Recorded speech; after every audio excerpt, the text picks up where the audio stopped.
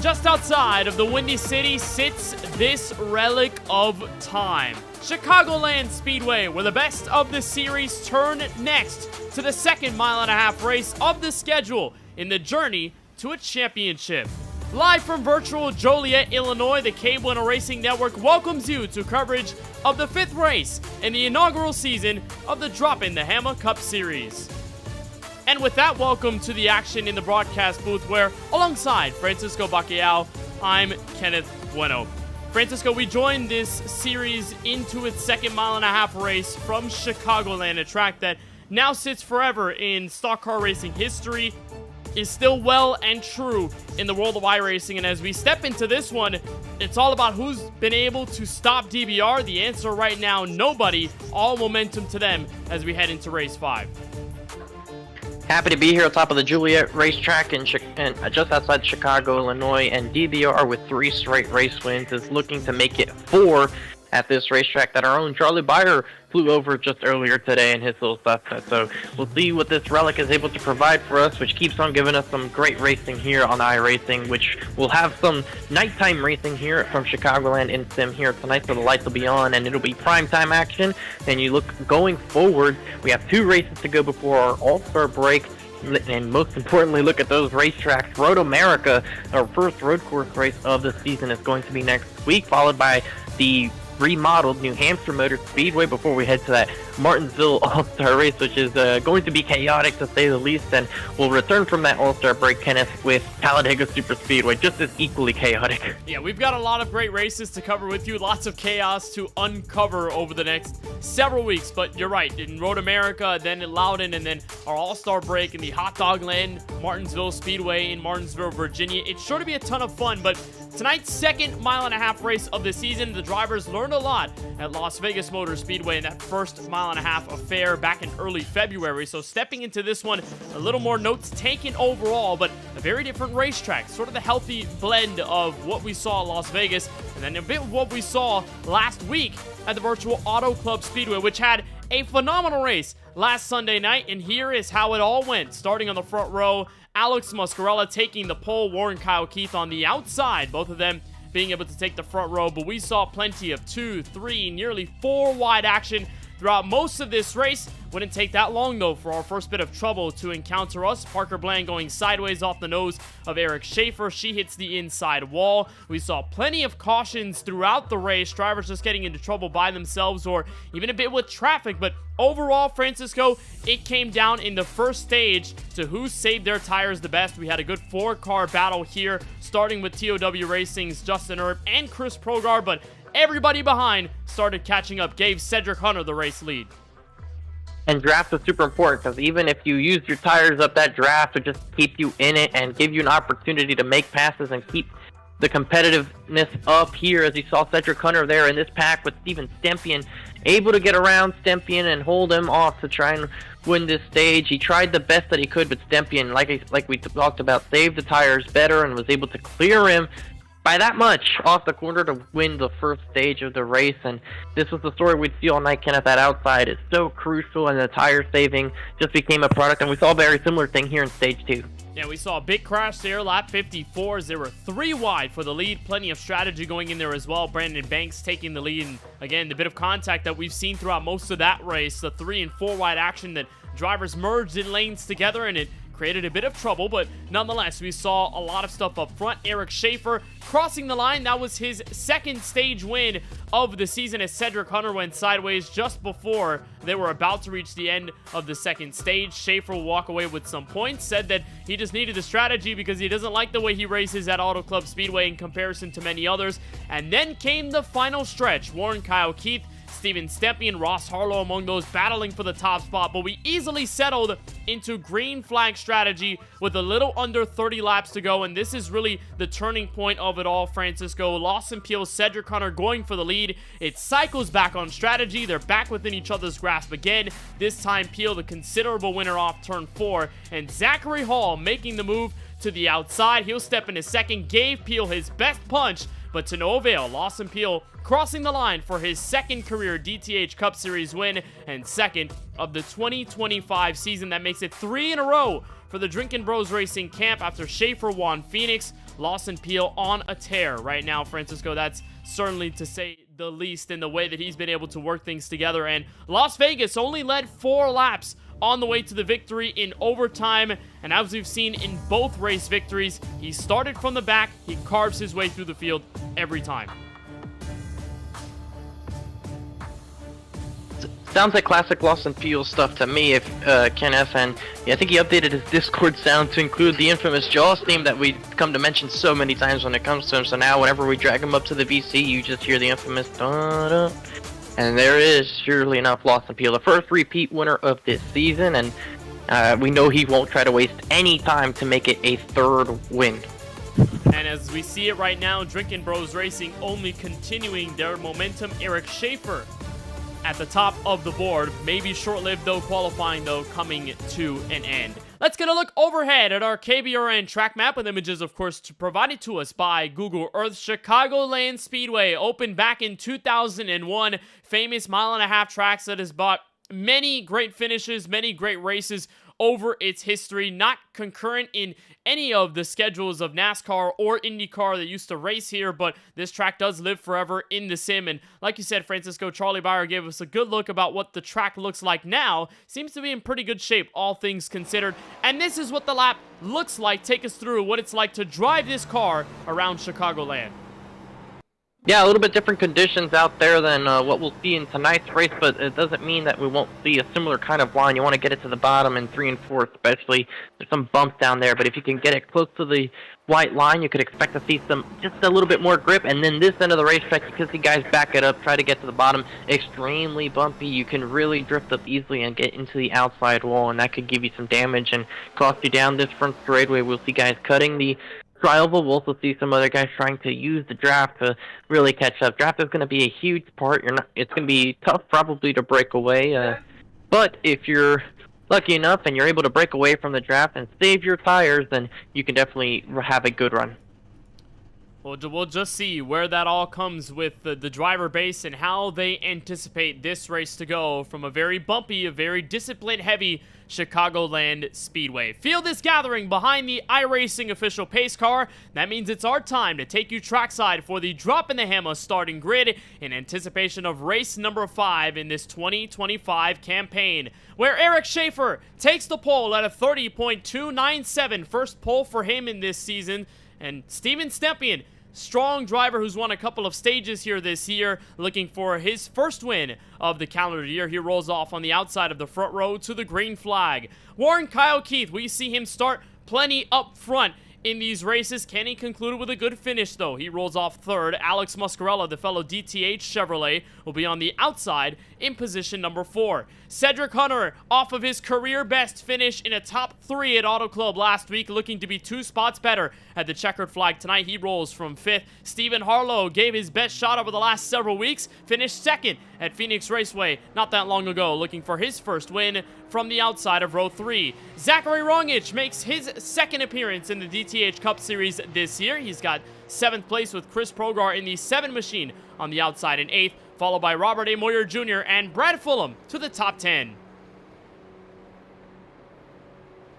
Justin Hendry starts in P11 with James Kunkel in the 42 and P number 12. Looking at 13th is Craig Parks in the number 17, alongside Richard Flavely, new computer for the number 32. We'll see what that does for him this evening. The one of Dusty Applin makes his season debut here tonight in the number 1 machine, with Richard Modric in the 71 in P16. Jason Hastings in the number 4 will be from 17th, with Sean Kalis in the 90 in 18th. Kip Easley for Drinking Bros Racing will be in the number 8 and 19th, with Chris Cabot rounding out the top 20. Back in 21st is TOW Racing's Justin Erb. Timothy Stubblefield, Daytona winner, looking to do it all over again from the outside of the 11th row. Brandon Banks and Lawson Peel, 23rd and 24th. Peel the first not to take a qualifying time, but we know what he can do from back there. Zachary Hall in 25th, Ross Harlow 26th. Casey Knighting, Kevin Roy, and Eric Stewart bring the end of our 29-car field from Chicagoland Speedway, and right on cue, green flag from Joliet, Illinois.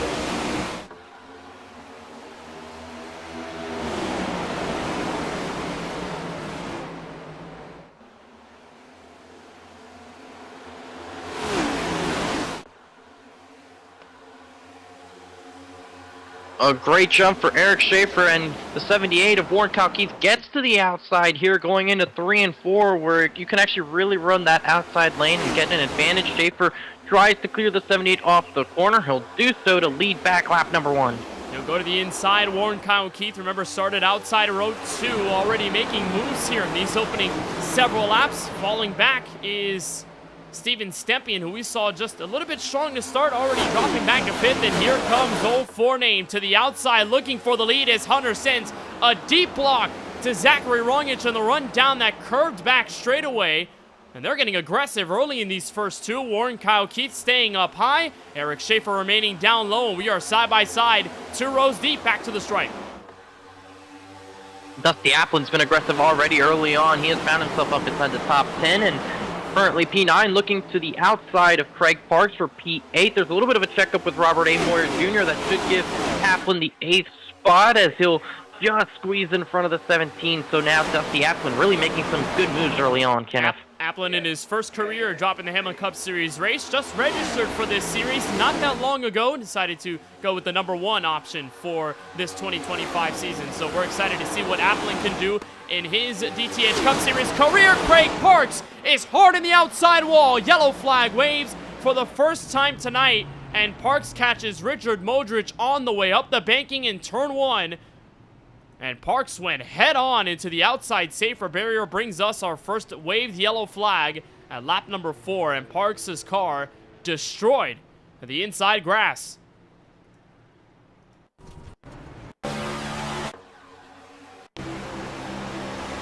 Got another look at how this all began. It says in the fight, deep behind Dusty Applin, just inside of the top 10. Fight with Kunkel, and I think there's the contact initially made. Francisco down that tri-oval. Hard into the wall goes Parks. He takes the other car with him, and that may have appeared to be Modric, maybe even a bit of Brad Fulham, if we can get a better look at that as well. But for the most part, Craig Parks is the heart of the accident. Here's the second look from the Tide Chevrolet. Racing the 42 of Kunkel, and he's on the outside of this, and there they come off the corner. And I don't know if he thinks that the 42's cutting the racetrack or not in that moment, but you see the contact there, and it just sends him back up. Fulham nowhere to go, Progar nowhere to go, Swavely nowhere to go. Just an awful incident for most of these guys to be a part of so early in this race, and so many cars are going to have significant damage. Here's the onboard with Fulham, and this is not going to be a pretty impact. 48-year-old gets a shunt, and there's Richard Swavely there too. Chris Progar in the middle. And this is definitely a larger stacked list than we anticipated it would be. We initially saw Parks and Modric, the two stranded cars. You see that 71 in the faint background, that Chevrolet just stranded up on the banking with nowhere to go, with significant suspension damage. He visits pit road now, but a ton of guys end up getting some bit of damage in that. Plenty of these already heading to pit road and may call it an end of this race. Chris Progar may have put his Chevrolet behind the garage after just 4 laps. And we are under the first yellow flag of the night from Chicagoland's Speedway. So we had some drivers come in. Oh, we had drama, I think. That's Zachary Rongich in the grass. What happened here? Well, there's even the fireworks going off under the caution flag here. Let's see if we can see what happened. Looks like by himself, Kenneth. That's what it looks like. Let's see if we can get the external view here. No, actually, it looks like he was swerving and just makes contact with the 45 of Cedric Hunter. And he's not happy with Hunter at all. Gave him 2 shots to the rear bumper and maybe gave him a bit of left rear damage. So he is displeased with Hunter early on. We saw a bit of that aggressive racing over the first several laps, Francisco. I mean, Hunter sent a block to Rongich down the backstretch on lap number 2. We didn't expect that aggression to be out there so early, but seems to be a bit of beef between the two cars just 7 laps in. I don't think it had anything to do with that. Just looking at the onboard here, if we can bring it back up.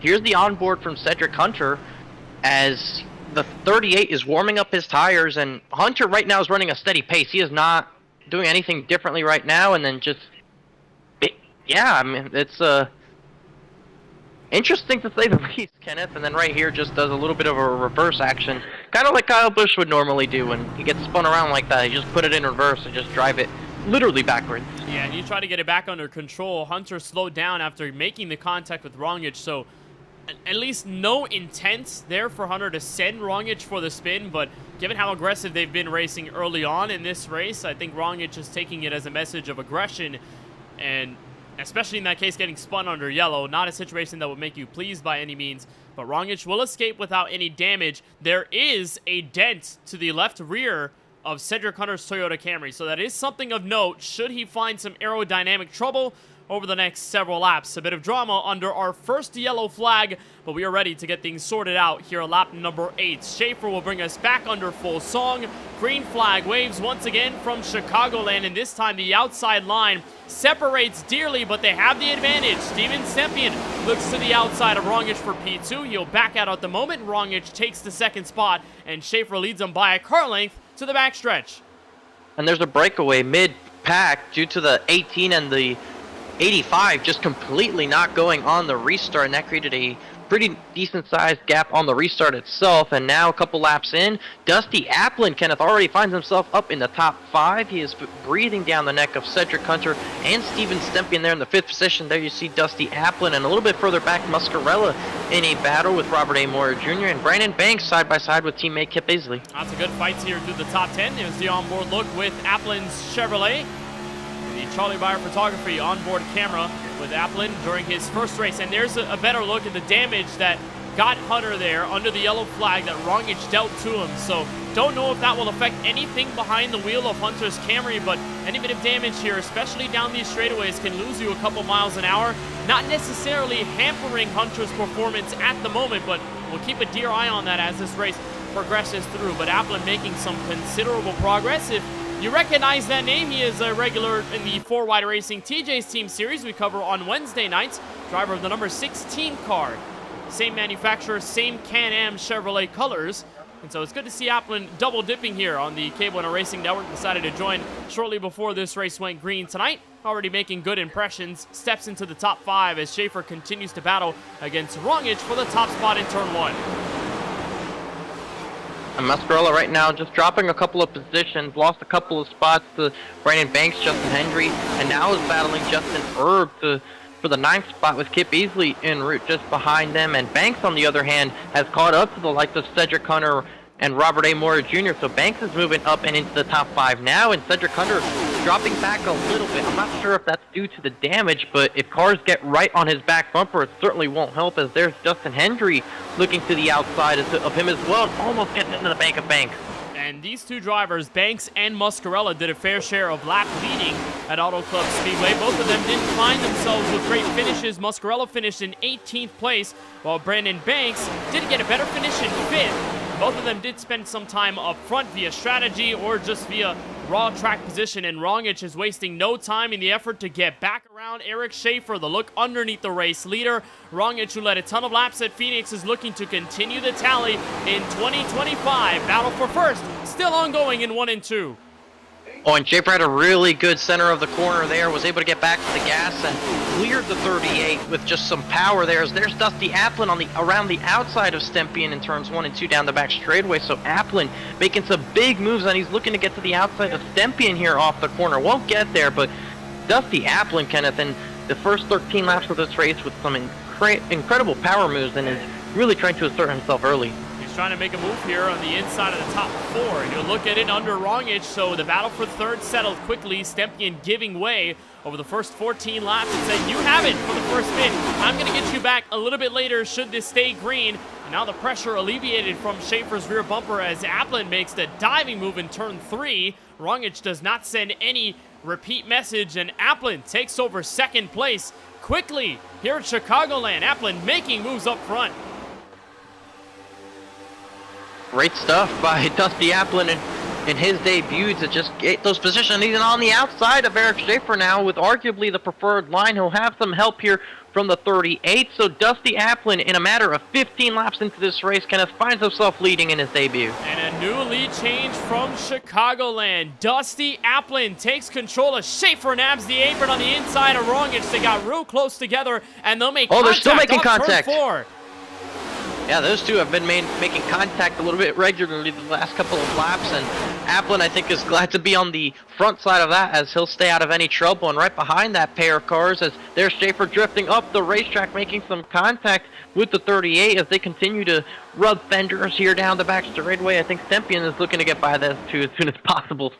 Rongic in a DEI, Dale Earnhardt Incorporated-ish paint scheme. This is similar to a mix of what Martin Truex Jr. ran in his days during the Busch Series, and maybe a bit of Dale Earnhardt, maybe a bit of Dale Earnhardt Jr., but that's to say he's not making any friends on the racetrack early. The contact with Hunter in the first several laps, and here racing hard against Eric Schaefer gives him a bit more space here in 1 and 2, but this is the hard-fought battle for the 2nd spot. Steven Stempien, who did lead some laps at Auto Club last week and got a stage win himself back at lap number 120. It was stage number 2 and got some good points off of that. He's looking to the inside in a brand new Chevy accessories paint scheme on his car this evening. He'll look underneath. The battle is still going on for 3rd, and Schaefer may just deal the retaliation on Applin for the race lead and to step back into clean air. But what we saw from Auto Club, and most notably our last mile-and-a-half race at Las Vegas, what they showed us, Francisco, was that you can never trust the first 20 to 25 laps of a run, because a lot of the drivers spent some time being aggressive on their set of Goodyear Eagles, taking control of the rhythm of the race. But then as the long run consisted through, it got worse for them, and all of a sudden those who were battling in the midst of the top 10 or even a bit of the top 15 carved their way through the field and made their effort back at it. So you can't really trust the visual up front right now, because anyone could make a move should the stage stay green. And now Applin loses the race lead in a battle with Stempien for 2nd.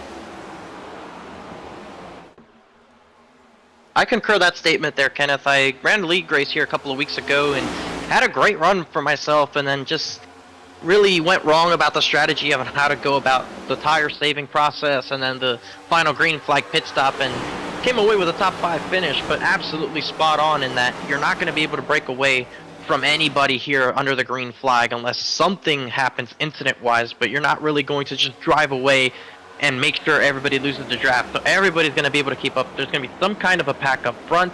If you're able to get to green flag pit stops, that's when you'll see separation. So otherwise, do not push your tires to the point where you're going to think you're going to get away, because you're really not. And Stepien learned it the hard way at Auto Club Speedway last week. I mean, he was up front with his teammate Alex Muscarella and then fighting against the likes of Justin Erb and Chris Progar for TOW Racing. And all of a sudden, there was Cedric Hunter and Lawson Peel in the midst of it, fighting for a stage win that ultimately went the way of not Steven Stepien. So it's really a matter of how you are willing to balance out the tires. And this will be big, Francisco, in our SK Sim Racing race analysis, because we changed the distance for the first two stages in comparison to the last mile-and-a-half race we had at Las Vegas, from 45 apiece in stages 1 and 2 to 60. And also very important that many of the drivers in this series, Kenneth, it has become a glaring popularity among drivers that the fuel margins, there's contact there between the 88 and the 3 down the back straightaway and the 3. There's been some significant talk amongst the drivers that the fuel fill should be changed as Kunkel smacks the wall off of turn 4, that there should be a change to the fuel fill from 100% down to a different number. I'm not sure what different numbers have been being discussed by the drivers, but certainly a lot of them are not a fan of the 100% fuel. With the 100% fuel, you don't have to pit under the green flag here tonight. If you had something else, let's say anywhere between 60 and 80, speaking realistically, you definitely would have to make a pit stop in each of the stages. So they're looking at it from a strategy perspective, and it changes the car handling as well. So I'm not going to say I'm agree or disagree with their thoughts, but those are things that are being talked about as the stages got a little bit of a change, and drivers are looking to see if the fuel also gets a little bit of a change. And Stepien was instrumental in making that decision clear to the driver base in the Droppin Hammah server, and told them we will remain at 100% for right now. We will discuss it later on in the offseason, but for the moment, we're going to stick with what works and what we've seen so far, racing-wise and strategy-wise. So they are going to continue to learn in this inaugural season. I mean, Chris Progar and Stepien, them both taking their first stabs at owning a league, at least of this capacity. They were a big part of the Sunoco Cup Series and what made it run round when it was still going on back in the heyday. But now that it's gone and they take over these league responsibility duties, I mean, it's a definite big-time challenge to get the things right decision-making wise and make sure that you keep yourselves and the driver base happy to continue racing here alongside. Here's Zachary Rongich in the fall back to 9th place. That's the Toyota of Chris Cabot. Looking to the inside, found himself in a crash at lap 54, entering turn 1 at Auto Club last Sunday, but he's back in it tonight. Different colors on his Toyota Camry this evening, similar to what he ran at Las Vegas that took him up to the front and led a bunch of laps in the first stage of that event. And in this fight, Francisco, you're seeing a big separation of drivers throughout the field. These guys in the back half of this pack are making their moves, but you look further back to the top 15, plenty of big names like Lawson Peel and a lot of other guys who are just sort of carving their way through the cut and are just not making that much progress. Yeah, Lawson Peel's gotten to the front of what is considered the second group of this race. The first 9 have kind of broken away.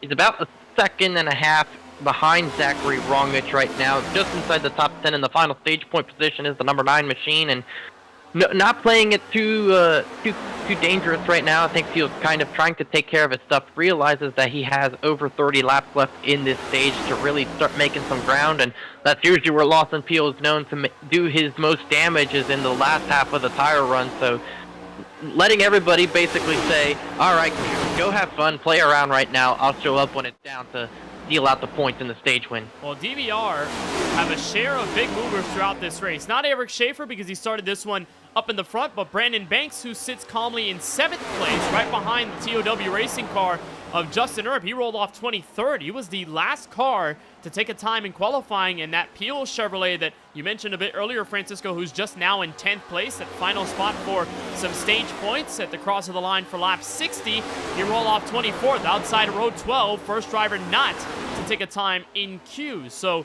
really interesting to see their move up through the field, but for Lawson Peel, probably not surprising to see him carve through the field, right? I mean, with the Jaws theme that he's already fully embracing, and the fact that he's done it twice in his route to his 2 career victories in the series, yeah, probably on course for Peel to be right back up the front where he's been.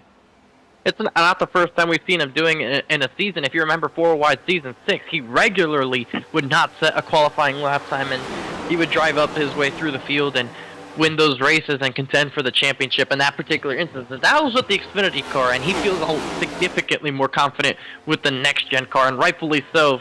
3 straight championships in the Sunoco Cup Series, a champion in the 4-wide racing series, and he's a championship contender in the current season right now. So Lawson Peel, without a doubt, Kenneth, has rightfully earned that kind of nickname, and we've learned from so many instances, unless that car is totaled with the engine smoking out of it or his name is not in the session, do not count out number 9 or number 12. But now I gotta ask, as a driver, why not take a time in qualifying?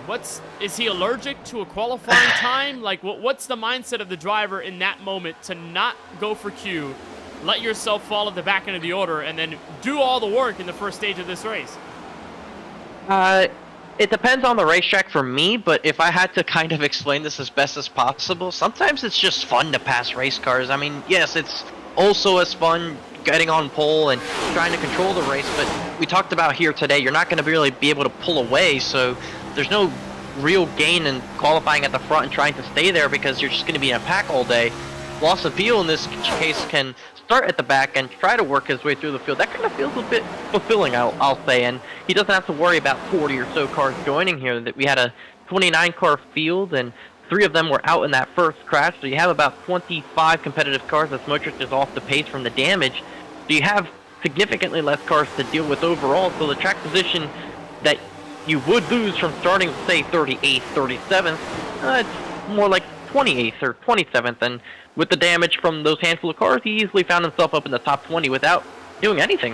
Well, it's definitely a testament to his confidence, right? I mean, when you're able to carve through the field as good as Lawson Peel is at that type of racing, to weave through track position and, create insurmountable deficits that turn into a top-running starting spot by the end of this second stage or so. I mean, it's confidence when you don't need to take qualifying and then assuring in yourself that you're able to move through the field swiftly and surely, but obviously you run that risk of if there is problems around you, you may find yourself in there, and Peel has learned the lesson a bit throughout his sim racing career. As we'll take a look at the battle for the lead, which is within a car length. Eric Schaefer, which is Peel's DBR teammate, winner at Phoenix a couple of weeks ago, trying to fire off on Steven Steppien's Chevrolet Camaro up at the front of this field, while Justin Hendry tries to work on the debut driver of Dusty Applin, so far lap 35. And Schaefer and Stempien have done a good job on this longer run. There's a little bit more separation at the front of the field. The cars are a little bit more strung up, but they're certainly well within this draft. You see the gap back to Dusty Applin, but they're certainly not out of it quite yet, and a pack of cars behind him as Schaefer running the outside is going to get a good run here. He's going to look to the outside of the 88, trying to see if he can make a move for the lead on the crossover into turn 1. He'll look for the lead in turn 1 this time. Stepien switches up high to the 4th lane, running the boards in the attempt to play some defense on the Bass Pro Shop Chevrolet. It will work in the favor of the Massachusetts native. Now they're both side by side still, and they have pulled away considerably from Dusty Applin. It's about half a second between these two drivers and Applin's fellow Chevrolet running in third, so no pressure right from there. behind. Schaefer maintains the inside. Stepien barely leads it at the stripe. But that was a good move in turn 4. He got right to the quarter panel, still in the corner. That's going to let those 3 struggle trying to get the power down out of the corner. You get the side draft and stayed away from him the entire time. Schaefer trying to see if he can hang on the inside and side draft. You see just how much the 80 gets pulled back, almost getting clear. So Schaefer not quite giving up, being super aggressive here on lap 37. And there's the 88 once again getting to his quarter panel like he did the lap before.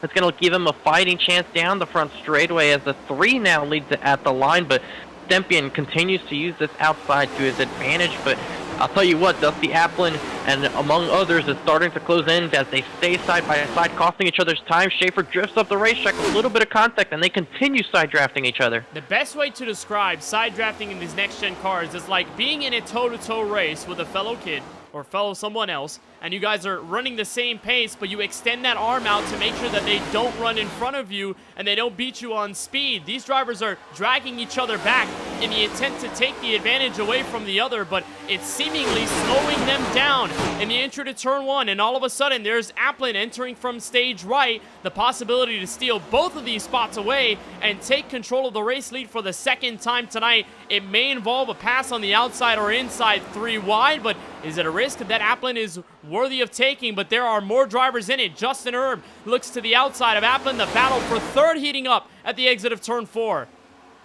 Oh, and look at that aggressive side draft from Stempien down the front straightaway and swerved really high, so it doesn't give him a lot of momentum here. They're staying side by side. We'll see what Erb does behind Applin in determining who he goes with, as now they'll be side by side for third here off of turn 2 as Schaefer goes way down on the racetrack. Some intense racing going on here. Contact once again. Schaefer is not giving this one up. He is not letting Stempien get the better way of them as they make more contact. And there are more invitations to the party at the front. Now they're side by side, 3 rows deep. Justin Hendry, who's just on the inside of the top 5 in the fight with Brandon Banks for that spot.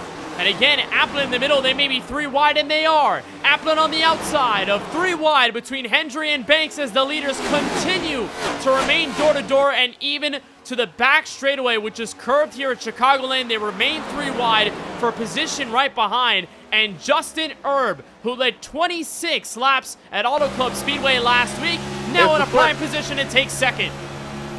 There's the slip up. It was the 3 that made the mistake on the inside, and that was enough to give the 88 the advantage and ultimately give the 20 the P2 position. Here's a replay to see exactly what happened to the 3.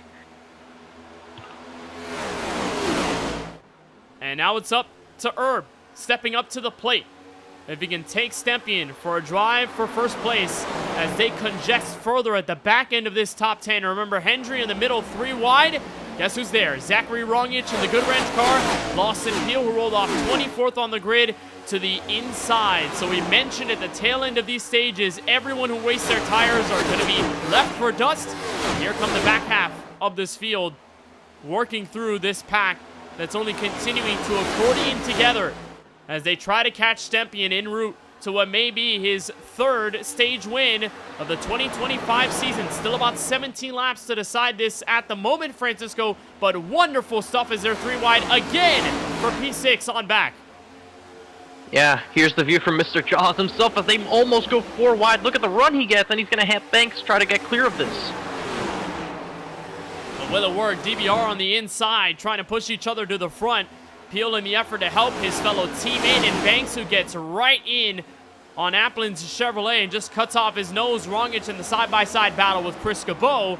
And then Warren Kyle Keith, who started this race at the front of this field, didn't see him in the spotlight for the rest of it, but he has seemingly caught back up to the field, making an effort at it for the second time. Led maybe a lap or so before he got it stolen away from Schaefer and company, and wants his real estate back. He's going to be on the outside this time, and oh my goodness, 3 rows deep of 2 wide action, congesting right behind the 5th place car, and they're letting Stempien run away by 2/10. And here comes Cabot. Inside look on Applin for P6. Schaefer's looking to the inside for P2. Some almost contact with the 20. They're rubbing off the corner. Schaefer using every bit of his race car to try and keep positions here tonight. And remember, that will lose them more time to Stempien, who continues to patrol at the front, but Schaefer adamant in not relinquishing any more of that sacred track position. And he told us right after winning stage 2 at Auto Club that he did it on purpose, understanding that for his sake, he's not the best driver at Auto Club Speedway. Didn't think that things were going to go well for him at the end and over the long run, so he decided to stay out in the effort to gain some of those crucial points. Well, tonight, he's got a fast Chevrolet, so that's not the worry on that side of it, but he wants those points, and he wants to continue putting himself at the top end of the board early in this Droppin the Hammah Cup Series season, because we look at the tail end of the first half of this regular campaign. Getting all these points early, very crucial, even if you don't win races. But in the case of Schaefer, where he already has one in his back pocket from Avondale, Arizona and Phoenix Raceway, building points so important at this stage to continue to elevate your buffer against everyone else come playoff time. Correct, because we don't have that long of a regular season. We're already completing the 5th race here today, and just like that, we'll have about 10 races to go until the playoffs. So just like that, we're immediately going to be talking about playoffs after Martinsville because it's just that short of a regular season. So wins will matter, stage wins will matter, everything is going to matter so much because you don't have too many opportunities to try and make it all work. Well, things have calmed down at the front of this field, nearing the final 12. Stage number 1, Stempien still ahead by 0.3 of a second. There's a look at the Myrtle Beach, South Carolina native of Brandon Banks, who spends his time off the sim as a swimming pool contractor, but nears a quarter of a century of racing on sims, whether it be NR 2003 or even the years before that, and then of course the dawn of iRacing in 2008. So Brandon Banks, much like Steven Stempien, they have a stacked resume of racing for years on end on these sim platforms, and Banks, one of the more consistent drivers of the series, has already captured a podium in 2025 and is looking to capture a first race win in the Droppin the Hammah Cup Series as he chases down Zachary Rongich in the battle for 4th as they catch up to Schaefer and Herb in that battle for the 2nd spot. As we'll take a look at Kip Easley and Dusty Applin. This is all the way the back end of the top 10. What a fall off for Dusty Applin here late in this stage, but this is for the 1 point that matters. Side by side for the P10 position right now with almost 10 laps to go in this stage right now, Kenneth, as these points will matter, and there's Easley getting by the 1 car. Going into turn 2, Easley's been falling off the last couple laps, so the tires might be wearing on that number 1 machine, so the 8 of Easley is able to move into the final points paying position. We'll keep an eye on that battle as every season, or every race this season so far, has had some kind of battle for P10 coming to this green and white checkered. And Francisco, a ton of times where we've seen Easley in this position, right at the tail end of this top 10, fighting for that one very important point.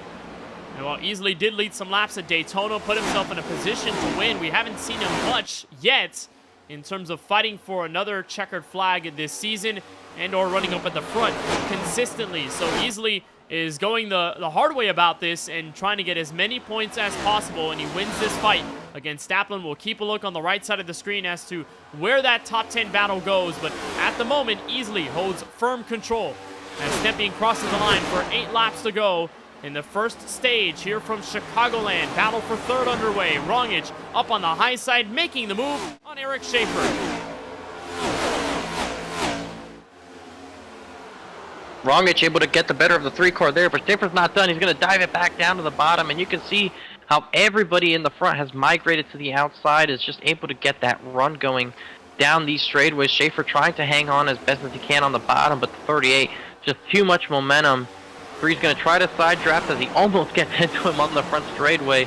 We'll go all the way to the very bottom here and continue to try to make this work, but the 38 should get a really good run here off of turn 2, and the side draft attempt by the 3 is not going to be good enough, so he hangs on to the 4th position. He's going to try to go back down to the bottom. All this is going on as Steven Stempien has driven away to almost a 1-second lead, so they're battling each other. Stempien probably saved a good bit enough of his tires. I said you're going to struggle to pull away. That was true, but of course we are almost 60 laps into this run, so at some point I guess it was bound to happen when you're going to go this long on the fuel. So Stempien only just 1 second ahead after 55 laps goes to show how competitive, but also just how much the draft has meant to most of these drivers. As you look a little bit further back, Banks now gets past Eric Schaefer. Chris Cabot finds himself up into 6th. A good run by the 25 as they're now 3 wide with the Warren Keith and Lawson Peels. There's some contact between those two. This is hard racing. Remember, Kip Easley, the back end of this top 10, he can gain some more points should these guys tango. Justin Hendry on the outside of Peel, and more contact. Chris Cabot getting sent up the banking in turn 1. And Warren Keith is not giving this up quite yet with 4 laps to go in the opening stage from Joliet, Illinois. The target circle Camry playing some hard and aggressive defense as here comes Peel, the absolute send in turn 3. And there's that Kip Easley car, not satisfactory with just a 10th place finish in the stage. He wants more to the inside, and they're 3 abreast again back to turn 1. This battle for P2 is still heating up. Kenneth, there's the contact, the 85 and the 8 hard into the outside wall. They contacted off of the corner as they were heading to the trial wall, and it spelled disaster from there. Kip Easley going head on up the banking, and Justin Hendry to follow, our second on-track yellow. And this one right before the conclusion of stage number 1. And this should be the stage. Should race control decide it that way, but Yes. hard racing, 3 wide for the back end of the top 10. And they got Chris Cabot up high. Francisco, what happens here? See the block there by Pio sends 25 up the racetrack. And then that didn't really have an effect on the contact with the 85. Looks like maybe he drifted down trying to leave space for the 8, and they just come together and make that contact. And very unfortunate for those two. They were having a good run going. And unfortunately, it's going to end both of their days. That was a big hit to the outside wall. Look on board with Easley. And there's the contact, nowhere to go. And that's an ugly hit. Didn't sound as loud as we anticipated it would, but Hendry goes back in first into the wall at a high rate of speed, destroys the back end of the race car, and saw a bit of that suspension damage there for him as the field hits pit road for the first time tonight. And race control may decide this as the stage. Chris Progar confirms that is the case. So Steven Stempien will come away with another stage win this season. He's been sort of on fire when it comes down to that. Stempien already to the turn of this 5th race captures his 3rd stage win of the 2025 season as everyone follows him down pit road.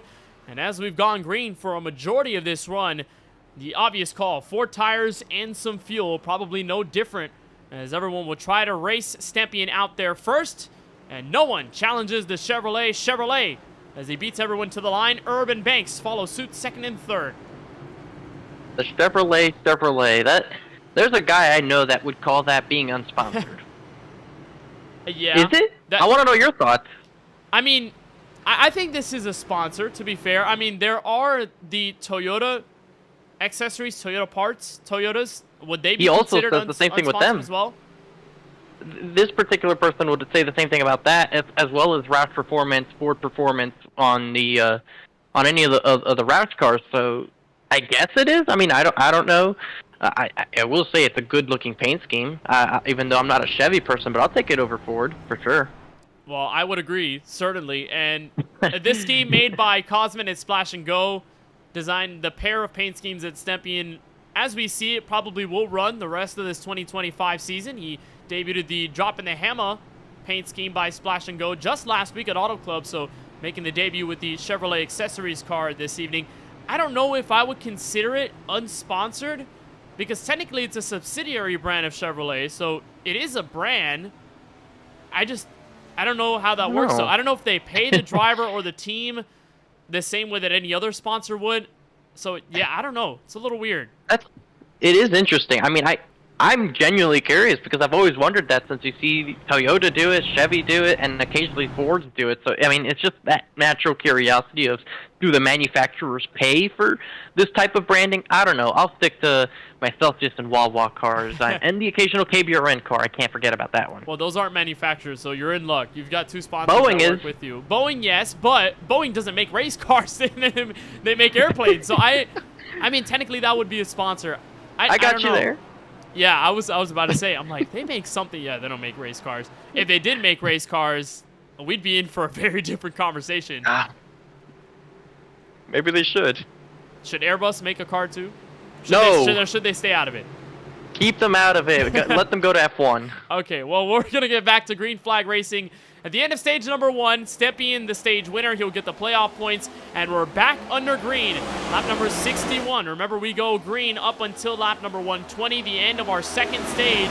Here from Chicagoland, Stempien with the jump out front, Brandon Banks to follow suit, but still has to deal with that Home Depot Chevrolet for TOW Racing. Justin Erb, who led over 20 laps at Auto Club, sending the block to Banks, now wants the lead in turn 3. He might not have been clear of that 5 car, and it got him the lead, but Banks will definitely remember that move here. If they're able to get clear, they're now 3 wide for 2nd. And now we're 3 wide. Here comes Banks in the middle, 3 abreast with his teammate behind him, and Zachary Rongich, who we saw right at the back end of the top 10 at the end of the first stage on a fresh set of Goodyear Eagles, and he is running with it to the inside of the paulscars.com Chevy on the outside of the racetrack. Rongich gonna right his wrongs here in the first stage, make a move to the bottom. And Lawson Peel's in the thick of it with Stempien as Warren Kalkithis to their inside. This is at the edge of the top 5. Dusty Applin trying to make a comeback drive through the top 10 as he did at the start of the race. And Schaefer sits in P4 right now. Looking through the top 10 right now, Kenneth, there's Alex Muscarella currently holding the P10 position. And how about Timothy Stubblefield with an effort to get up there in P11? We've seen Stubblefield up at the front several times throughout these DTH Cup Series races, but for the moment, he sits in P11 as he rides behind Chris Cabot and Alex Muscarella in that fight for P9. As there's a car through the grass, and that is Warren Kyle Keith. I don't know if he will save it or not, but he does disconnect right before things get awry. And Justin Erb, as he steals the lead away from Brandon Banks, Warren Kyle Keith goes for the sail through the grass, and he's out. Let's see. I'll do my best here to try and find the incident itself to show what happened. But we'll see when we're able to get the replay of this. I don't know, it looked a little odd, and especially when they disconnect right at the end of the accident. It doesn't appear to be easy to tell because the car is just blinking in and out, and as soon as he's mid-skid through the grass, he Alt F4s, so his car disconnects, and there's really no way to get a better look at what happens with his number 78 Camry. But 04 name, the St. Augustine, Florida native, who we've seen, Francisco, run up front, start up front for many of these races, now will have to sit from the sidelines here at lap 65. Unfortunate ending for his race, unless he's able to reconnect and join laps down, but we'll see what his fate is. I've been to St. Augustine. It's been a good minute since I've been up there. I definitely enjoy the city. There's this one restaurant there that had some great food. I don't remember the name of it, and I really wish I remembered it. Otherwise, I'd tell you and anybody else to go out there and try it. Really great city. I'll probably take a look at it by the time we're done here. We can talk about it a little more when we're off air. But there's Banks up ahead by nearly half a second over Zachary Rongich. And as we continue our green flag run through stage number 2 here at Chicagoland Speedway, we'd be remiss if we did not talk about Dave Bush, a fellow friend of Steven Stempien, who passed away after a long battle over the last several years. And for every race in 2025, we will dedicate one lap in his honor. We did skip over lap number 53 as we had plenty of great racing through the field. So we'll take an honor to do it now at the cross of lap number 68. Join us in a moment of silence for Dave Bush and his family.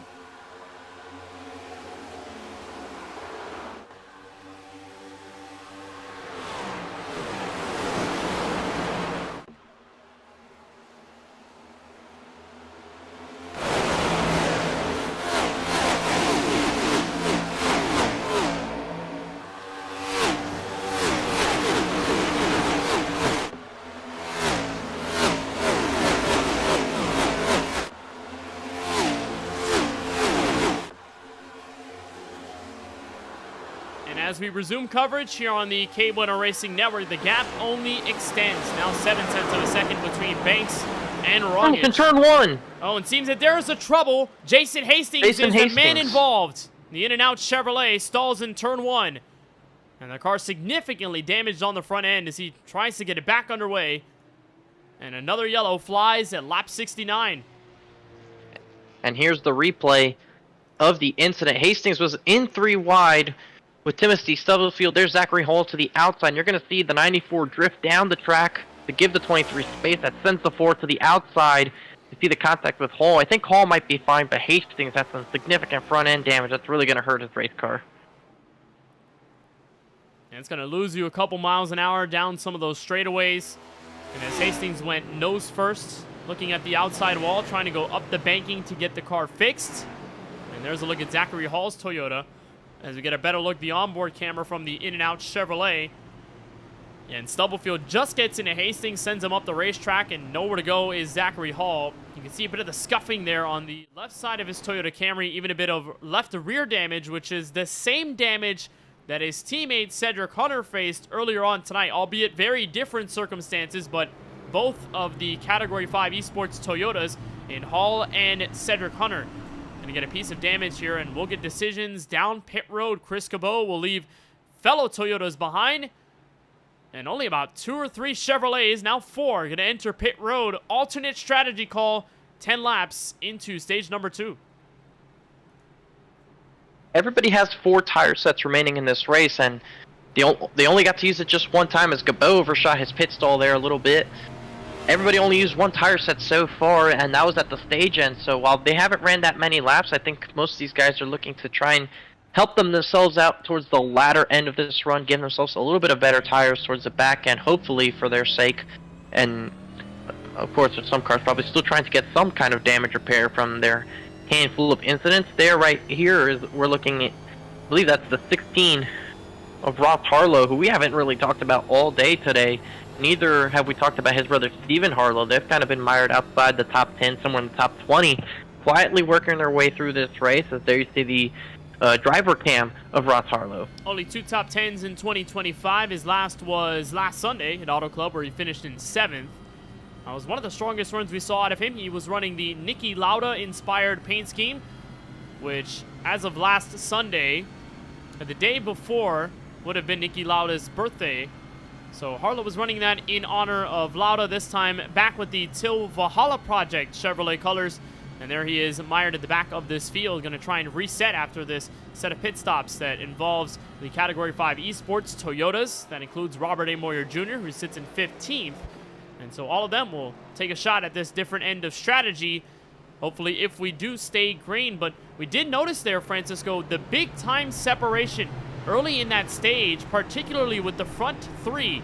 We saw a lot of congested racing over the first half of stage number 1. Things desperately calmed down when we got our last green flag out there. Brandon Banks left the field in dust. I mean, he was a second nearly above Zachary Rongich, who himself had a pretty good gap back to Justin Erb and Dusty Applin in the fight for 3rd and 4th. So pretty surprising, Francisco, that we've seen a bit more of that separation at the cusp of this second stage. Let's see what happens now. We'll have, right as it stands right now, about 48 laps until the next stage ends. Here on lap 72 of this one, Brandon Banks now in the lead of the race. He picked the inside lane. Dusty Applin has recovered well to get into the 4th spot, and don't look now, Lawson Peel finds himself up in 6th. Do we cue the Jaws music now or later? I don't know, but he's out there in row number 3 with a chance at gaining some more track position, and his teammates in Schaefer and Banks right around him at the front of this field. Green flag waves. Lap number 73. Banks takes him back to turn 1. They remain side by side for P2 as Banks gets clear for the position. And you can see a little bit further back a move by the 82 of Eric Stewart, who finds himself up inside this top 10, Kenneth. And here comes Rongich. Swing to the inside for the lead in turn 3. Wasted no time there. Got the run off turn 2. Got to the inside. Banks could not deal the block in enough time. And Zachary Rongich takes his Chevrolet to the point. He's out by 2 car lengths. Banks in the fight for 2nd, uncontested as of right now. And Schaefer goes battle with Dusty Applin. And here comes the teammate, Lawson Peel, up the banking, looking for 4th place. And it looks like he'll have it here off of turn 4. Gets the big run and a block there by Erb to the inside as Peel tries to take the 3rd spot away, and he'll have it going into turn 3. There's Applin trying to shoot the gap in the middle. There's almost contact with Schaefer and Erb as it gets really tight off of turn 4. And there you see all the way down to the inside is Eric Schaefer, who's trying to hang on inside the top 5. And this is probably the longest amount of time that it's taken Lawson Peel to get to the front. More often than not, we see him at the tail end of the stage making moves in this very spot. Now steps into 3rd. Seems like he's not too late after all. There's Urban Schaefer working hand-to-hand on the inside of Dusty Applin. But again, the congestion taking part through 3rd on back. Steven Stepien, the stage 1 winner, just hanging back where he sits, P8, right behind Eric Stewart. The battle for 7 still underway. We didn't see much of Stepien there in the opening stage, at least from the first 20-ish laps, and then when he started making moves, he became lethal. And so we keep an eye on him. Looks under Schaefer now. Brandon Banks thinks he has a run on Rongich to build for the lead. He's got the nose inside for P1. If he's able to fight long enough, he'll expect the 9 to go up there and give him a helping hand to try and battle for this top spot. As there's Dusty Applin behind these two. He's going to go with Zachary Rongich on the outside. It's just a better line to have to make up the position, as there's Peel to try and give Banks the help for the position. Peel actually goes to the outside now. Applin threads the middle. He gets clear of Banks. He's side by side for the lead. That's a wonderful look from Banks' Chevrolet, watching Applin make the move. And that was close quarters between those two Chevrolets, and Applin takes the lead himself. What a move by the rookie. What a move. That deserves watching it back. Here we go. Here's the replay. Just like Eminem, that's the encore. Look at Applin make the move in the middle as he's running for second and decides, nah, I want some more. Looks in the middle lane, tons of clean air there. Nearly makes some contact with Banks, but just clears him in enough time and then sends it to turn 3 to make that move on Rongich. No regrets. The inside look for Dusty Applin, who's already led a couple of laps tonight in the first stage of the race, and now back to where he left off, leading here at Chicagoland.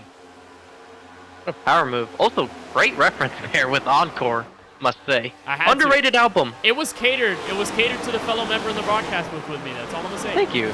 Thank you. That's a real throwback. Thank you. I appreciate that. Of course. But Applin is standing up right now to the crowd. He's definitely making some moves, and this is impressive for Applin. And, you know, we've seen this plenty in other series that we've covered here on the KBueno Racing Network, and the trend always follows true that the rookies, even drivers in their debut, are never guys to count out. They always seem to be strong race in, race out, and while Applin carries a ton of sim racing experience with him past this DTH Cup Series, it's his first proper time racing with this specific cast. Plenty of them from 4 wide, but a lot of other guys that he has not raced with before, and Applin is seizing the moment here as he gets the onboard look. 2/10 in front of Rongich for the second spot.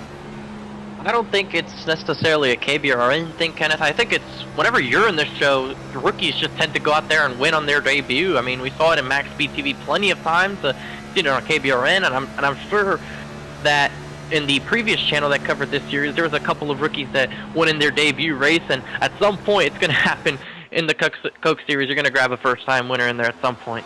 A ton of young drivers that make an impression early in the Sunoco Cup Series, if we want to go that back in time. I remember when Mario Miranda made his step onto the scene as the young 17-year-old from Tulsa, Oklahoma, and began winning races. And, in a blink of an eye, he was going toe-to-toe for most wins all time with Lawson Peel. Now, of course, at the end of the Sunoco Cup Series, Peel ended up taking that spot as he stayed in the series. Miranda backed out in that final campaign. But still, I mean, young drivers prevail often in series like this, and Dusty Applin showing us what he can do early on, just potentially praying that he doesn't lose focus like he did in that first stage as the tires worn down and just didn't have that drive off the corner to stay up front like he does right now. There's a look at James Kunkel, who, just like Applin, surged to the front in the opening stage. The Dr. Swatch Toyota hoping to stay up front a little longer and extend that stay as he looks to the outside for second on Rongich.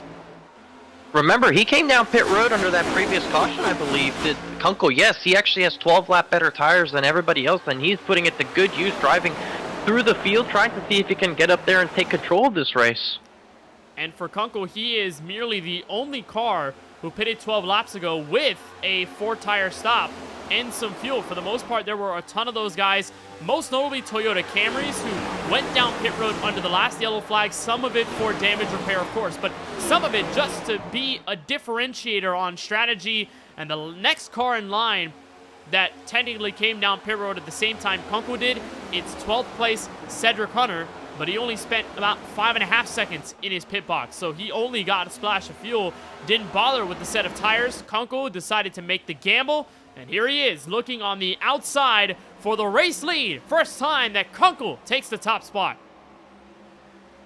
And from experience here in that recent race I ran, plus just having driven laps around here, generally the setup is tight, even with the 100% fuel, so it's not a shocker that most of those guys that pitted didn't take tires. They just went with the fuel to free up the car a little bit, get themselves a handful of advantage in the long run. But if this 42 is able to save the tires under him a little bit and have the lead of the race, if this stays green, he could be a contender for this stage victory. But we'll see how all that shakes out in the end. Kenneth, here on lap 86 of this race. Let's turn up the volumes and crank it up here from Joliet, Illinois.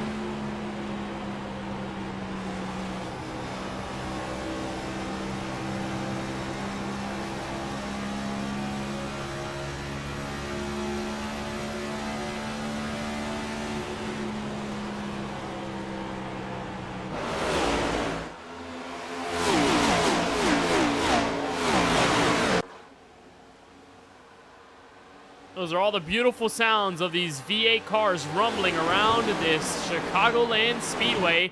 And as of lap 91, James Kunkel remains in control of the lead. Dusty Applin following right behind him within reaching distance. Zachary Rongich back in third. Brandon Banks fourth. Steven Stepien has been able to slide into the top 5. Remember, he dropped at the tail end of this top 10 right after this restart that kicked us off for stage number 2. We go until lap 120.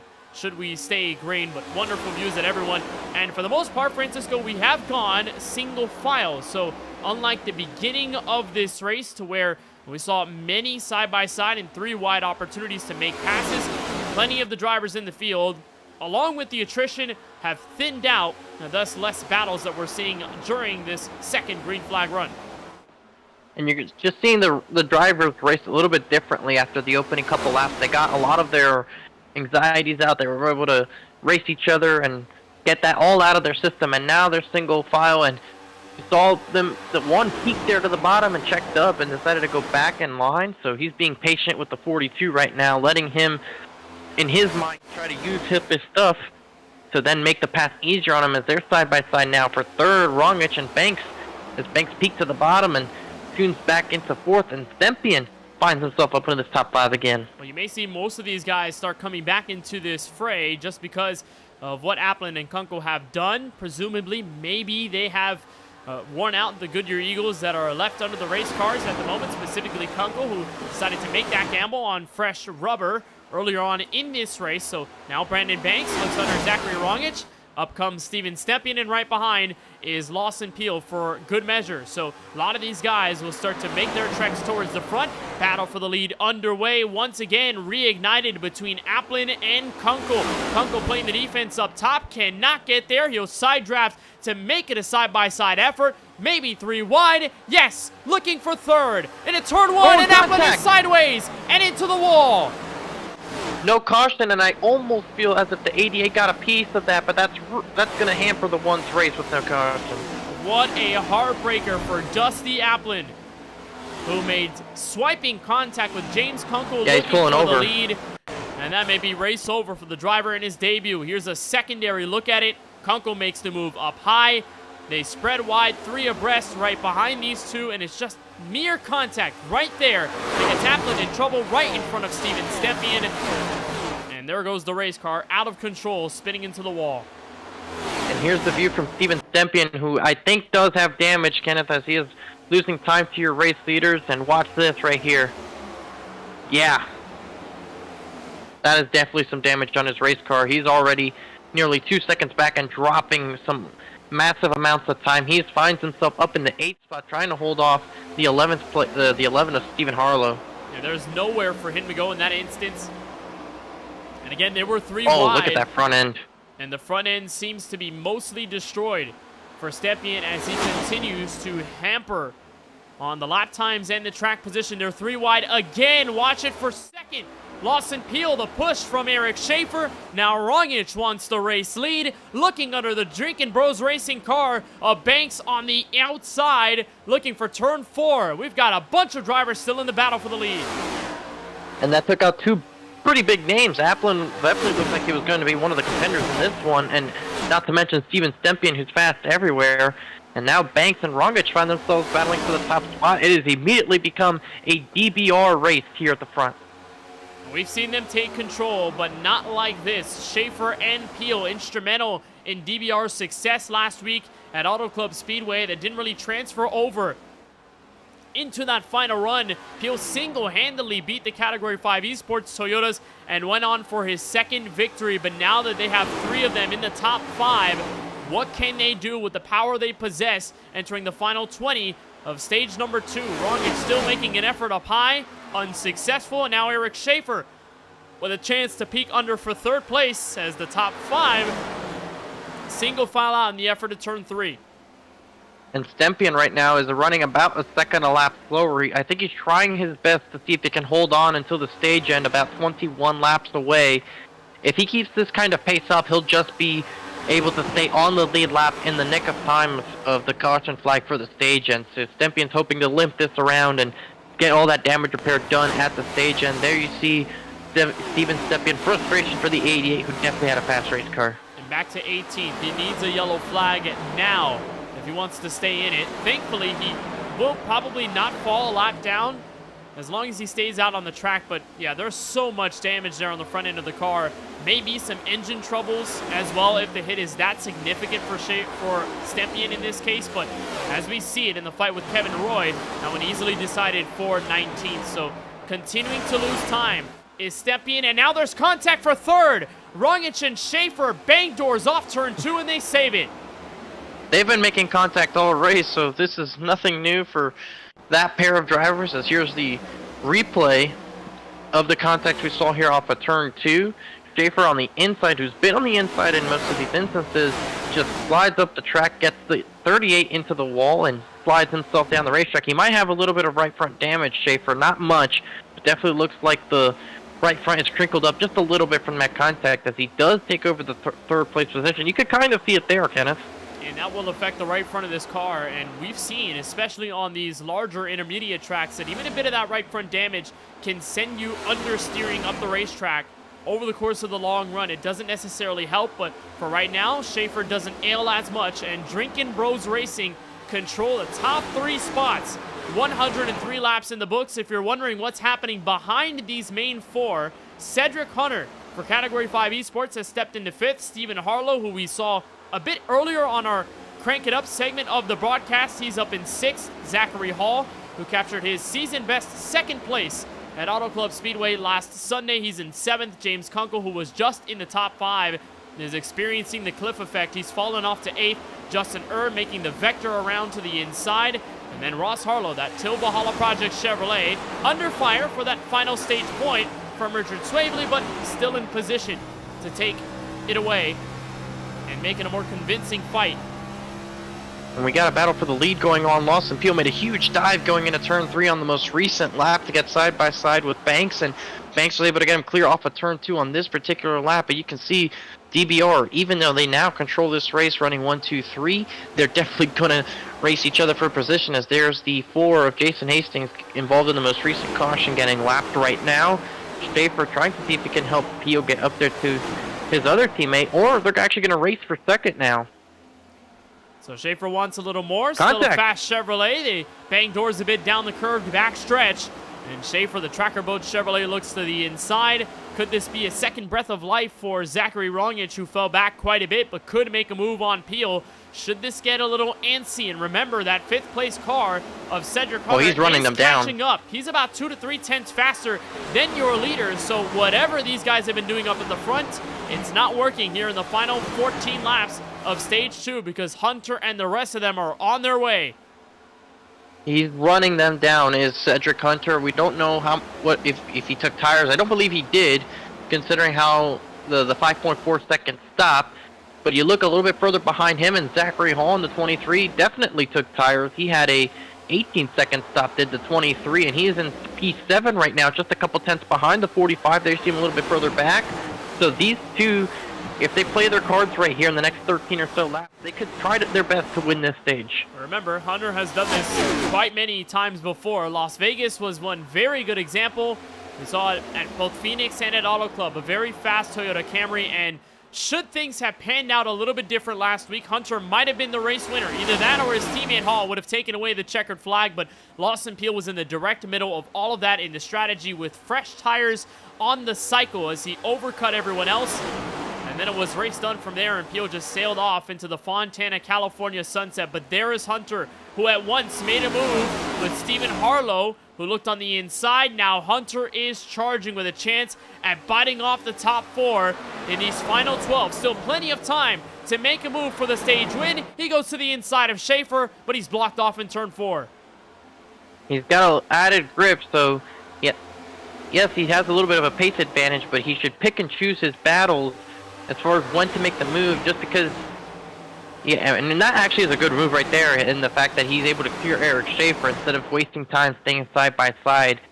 So Schaefer's going to get the run off of the corner, but probably won't fully get side by side. He peeks to the inside and goes to the inside of the 45, but expect the 45 with just the grip to get it here off the corner, especially when you consider that 3 car has that damage to the right front. There comes the 11. The 11 actually gets to the outside of Schaefer, so it's going to be another position the 3 car will drop here in the closing laps of the stage. As they're side by side for the lead, Lawson Peel to the inside of Brandon Banks. Zachary Rongich working the boards here to see if he could get some kind of a run, but the 9 clears for the top spot. Lawson Peel takes the spot away from his teammate Banks, and to the point goes Peel. And now with 10 laps to go, does Cedric Hunter have a sentence to say right before these guys continue to lead up front? It's all of those playoff points that are available. Cedric Hunter did sweep the stages earlier in this season at the virtual Las Vegas Motor Speedway, and since has yet to grab a stage W, and now he's within striking distance, one of the many Canadians in this Droppin' the Hammah Cup Series at 28 years old, looking to the outside of Banks. He is there with a chance to make a move in turn 3. And see which line he takes here going in the corner. He goes through the middle, trying to see if he can get to the outside of Banks, and had to roll out of the throttle. You see the time and distance he loses to those two as the second place battle remains side by side. He's going to go all the way down to the tri-oval to cut the gap. Won't take him 3 wide though. See here in turn 1, we'll see what Harlow does as well. He's going to play a role in this battle. There's 5 cars under a blanket. Remember, Hunter had pitted a little while ago, but that was just for fuel only, so he's on the same set of tires as all of these guys. Swings to the bottom, shots down low, and firing for the look into 3rd and even 2nd place. Cedric Hunter is on the move in these final laps. It'll be 7 laps to go in the 2nd stage. Now Rongich looks up high for the race lead. And for viewers who don't understand, he didn't take tires on our last pit stop, but by taking fuel, it frees up the car, and considering that the setup here is on the tight side, especially here under the night conditions, that frees up the race car a little bit more, even with the same tire set. So it gives you a handling advantage. You're able to wear out the tires at a different rate than everybody else, and it could give you some added speed if you play your cards right, just by the way you wear out the tires. Instead of just straight up going out and running as fast as you can try to do something different with it, and you can see just how it's worked out well for him in his favor without using a tire set. With a 3,400-pound stock car that you're driving across this 1.5-mile racetrack, weight distribution means everything, and if you cannot make up for speed with grip, you can make it up on the splash of fuel, and you add a bit of weight to the race car. So for Hunter here, as he continues to peak on the inside of Zachary Rongich in this continuous auction for 2nd place right behind Peel, it's the adjustment for the Canadian that may work out in his favor for his 3rd stage win over the first 4.5 races of this 2025 season. Another look to the inside of Rongich, who's only peaking higher and higher to the outside of the racetrack. We haven't seen many driver get very comfortable running the outside boards. Rongich is just getting to that spot. He gets the run off of turn number 2, and he's got the spot looking for the race lead, but still, as we get the onboard look from Rongich's Chevrolet, lots of work to do. Trying to do his best Kyle Larson or Tyler Reddick impression. He looks to the outside. He definitely wants that track position on Lawson, and Lawson will give it to him here in turns 1 and 2, but it's going to come down to the big enough run that he can get off the corner, and Lawson's going to force him to go to the bottom. As Hunter actually gets to the inside of the 38, it's going to drag him back.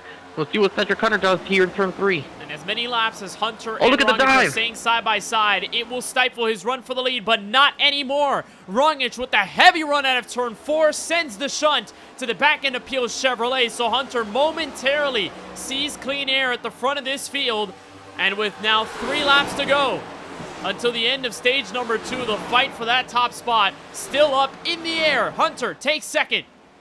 Look at that run, though. The 38 is able to get off the top side. That is a huge run. It'll get him back up to the back bumper of the 9. All of these guys on old Goodyear Eagles, so they're using whatever is left on the grip side of things. Rongich and Harlow take to the high skies of the racetrack. Rongich stays put in 2nd, stomps his foot down and plays the defense, but does he have enough to catch up to the Columbus, Mississippi native? Countless times we've seen him take the outside in 1, peeking to the quarter panel of the 9 car, but every single time he's backed out in the effort to make the corner up high.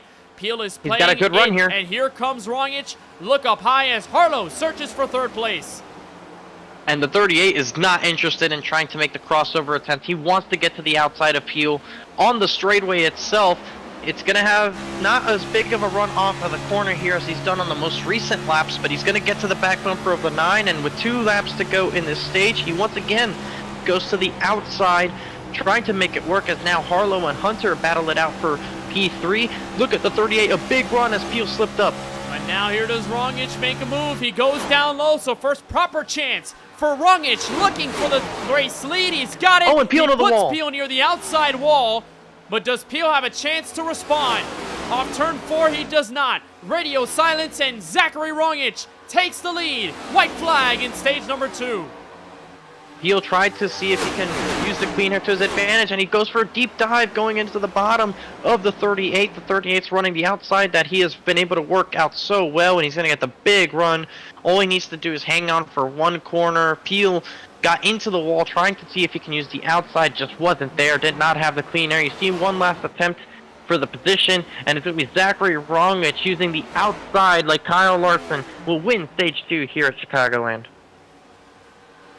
What a drive from Zachary Rongic. Shades of Kyle Larson at the outside, and despite the failed attempts earlier, made the move stick. And Peel makes the mistake entering turn 3 in the dirty air, washes up to the wall, and Zachary Rongic, for the first time in his career, gets a stage victory. What a race that was, Francisco, at the end. I mean, Cedric Hunter made a statement at it, could have had the charge, and nearly got it from Rongic, but he never gave up. Rongic did, and those final laps makes the move on Peel when it matters, and Rongic can call himself a stage winner in 2025.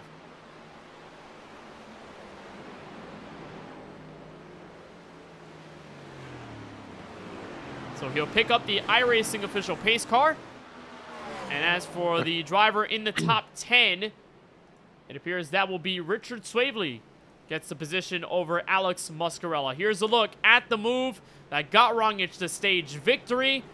And it all starts here. Francisco outside in turn 2, gets in the huge run, and that's where he makes the move underneath. It was the outside was working way better for him on this end of the racetrack, and you see just gets a huge run, goes to the inside and clears on going into the corner, and Peel tried to stick it around the outside but didn't have enough grip, got into the outside wall in the process, so it hurt his ability to cut back and try to take the position back, and then from there on just the 38 continued to run the line he knew well and was able to drive away to a stage victory. And that's not going to be the end of Lawson Peel, as he'll definitely still be in contention for the race win, and he expects to learn from that incident and take that with him into the final laps of the actual race itself, as the 38 actually overshot his pit stall, so he's probably not going to win the race off pit road. Well, here we go. 4 fresh tires and fuel. This is finally the saving grace for Steven Stempien to take some time to fix his Chevrolet. Fight off pit road is close. And Cedric Hunter barely beats Lawson Peel to the line. And where was Zachary Rongic in all of that? Falls to 7th. Yeah, he overshot his pit stall there, Kenneth, so that's why he lost all that time. As here's a look to see the race off pit road. There's Lawson Peel as they work their way off of the pit lane. Here you see it's just a slow look, so you can see just how close it is here. There's Hunter, who almost looked like he was behind, gasses it up as he is within the timing line. Wow. Basically, you can't fit a piece of paper in that. It is a photo finish to the exit of pit road, and Cedric Hunter with the upper hand. What a race off the pit lane for both of them. Very clean stops. Hunter a bit quicker, though, at 14.3 seconds, and Peel at a straight-up 15. And Stephen Harlow, got to give him credit for what he did in the end of that last green flag run. Him and Hunter sort of synchronized in moving through the field, and Harlow took a stab at it for the top 5. He ended up getting some great stage points out of all of that. And for Harlow in this race, who had to start pretty deep in this field, well, he started P6, but he's been as low as 24th, so he's basically had to start from the back, given how his race has gone, and he spent a majority of it in the midfield trying to scrap his way through. Harlow gets his first bit of front-running action at the end of that stage, and with a chance to continue on that momentum for the rest of the going. Remember, we go 80 laps, according to our SK Sim Racing race analysis for the final stage. And remember, we did go 45, 45, and then 110 in our last mile-and-a-half race at Las Vegas. So the race admins decided this seemed to be a better format, so this accurately reflects the exact same stage structure as last week's race at the bigger 2-mile track in Fontana, California. So it will be a different version of this kind of intermediate style of racing given the length of this final stage. But nonetheless, the drivers are still required to have at least one stop before this is all said and done. So a bit of strategy will go a long way, and a bit of the forward thinking can give you some forward progress at the end of the race. Cedric Hunter, Lawson Peel, Stage 3 underway from Chicagoland.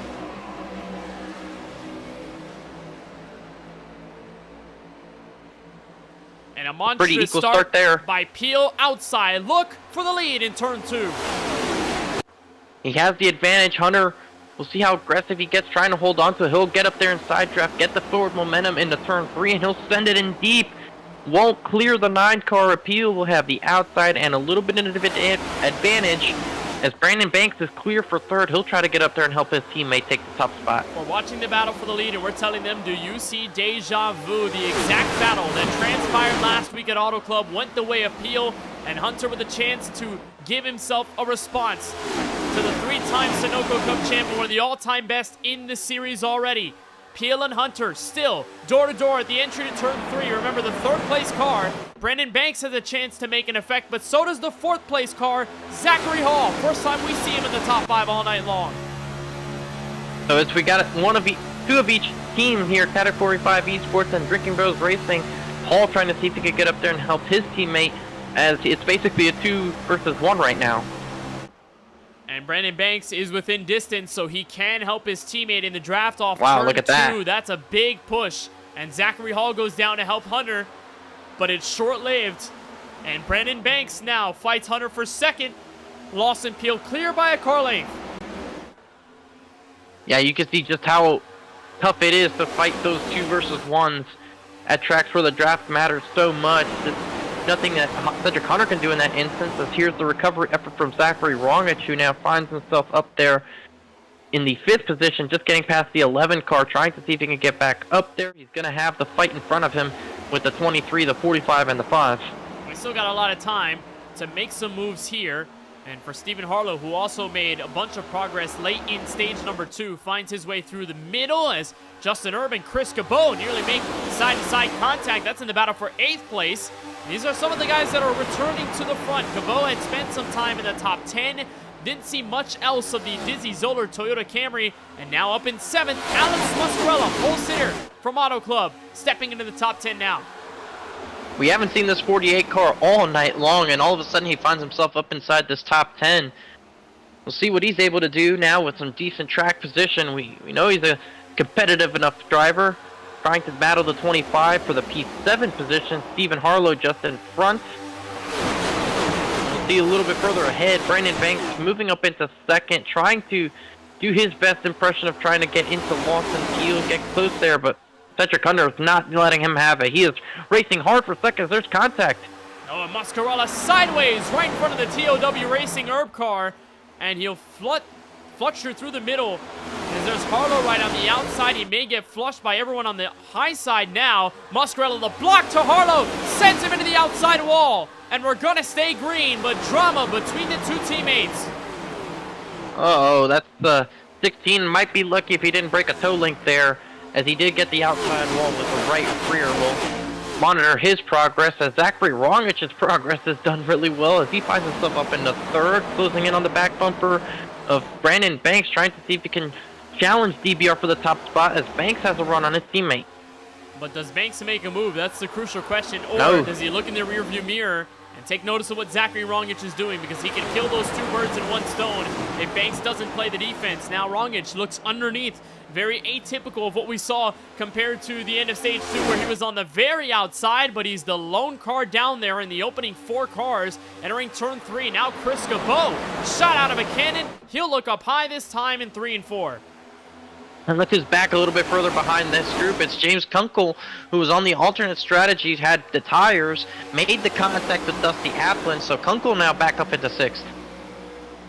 We saw him fall off late in the run. He was in the top 5 for a while and then fell outside of the top 10 by the end of stage number 2. But strong runs for the D Legacy Motor Club Toyota Camry in a group that hasn't found a lot of success in this inaugural DTH Cup Series campaign, we saw him and his teammates, Casey Neiden, Dakota Curtis, Parker Bland, all of them run considerably well for the most part at Daytona. Could not capture the win, but ever since, we haven't seen Dakota Curtis in action. Parker Bland is not in this race tonight, and she had spun out but recovered well at Auto Club Speedway last week. Casey Neiden has been back and forth throughout this opening season of the Droppin' the Hammah Cup Series, and Neiden currently sits in 15th, so Kunkel really the beacon of this D-Legacy Motor Club squad, and he's running inside the top 5 as Chris KBueno looks for the lead. He just went up on the outside of Lawson Peel, gets the momentum off the corner, has the nose out in front, and here's Zachary Wrongwich choosing which way to go. We know he wants to run the outside, and he's going to get to the outside now.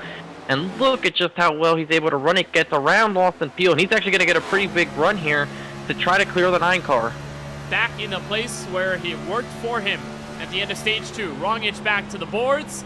Chris KBueno playing defense. The Charlie Byer Photography onboard camera with KBueno, first-time leader here at Chicagoland for him. He led a bunch of the race at Las Vegas, so possibly a mirror image of what we expected to see from him in the opening stage at Vegas, and now in the clean air for the first time. And as a driver, Francisco, it makes a huge difference. And like you said, the setups, the fixed ones here on iRacing for Chicagoland tend to lean towards the understeery side, so you face a very tight condition behind the wheel. But when you step into clean air, it makes a big start difference, and it's much better to drive when you're all by yourself. But draft matters so much, so it's just about how you drive the car itself versus how can you actually drive away. Like I said, you probably won't see anybody really just get up there and drive away. Saw Sempian do it at the end of stage 1, but that's already 55 laps into a run on tires, so it makes the most sense. That's when it's going to occur.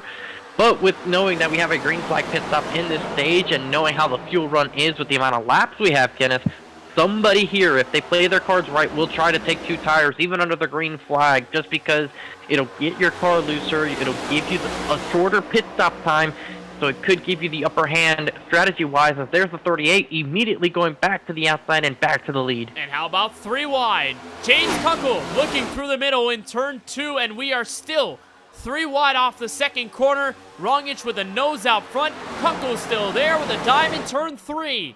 But does he have the move? Yes, he does. James Kunkel back to the point. What a move.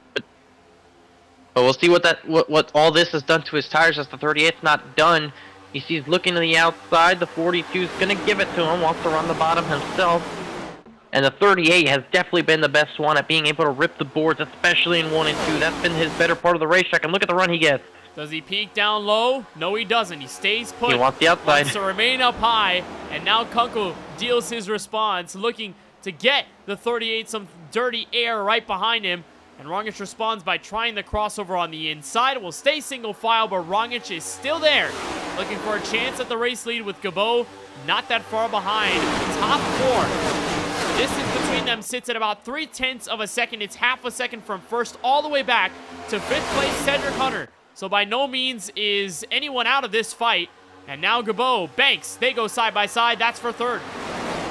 Going KBueno to the outside wall, and he kind of almost stuck into it, but was able to get out of it momentarily. So we'll see what he's able to do off the corner here. He might lose the position on Banks, as there's Cedric Hunter, who still hasn't really gotten around Banks either. And Lawson Peel, who dropped to 6th in all of that at some point, trying to see if he can recover some of the track position. Stephen Harlow just a little bit further behind, and Zachary Hall in P8. Well, they have been, in other words, just chilling at the back end of this group. They're not making moves, at least for the moment. Now Hunter looks underneath, and so does Lawson Peel. But for the most part, they have been stable where they're at. They haven't been trying anything crazy. They've just been in the pack and making moves when it really is necessary.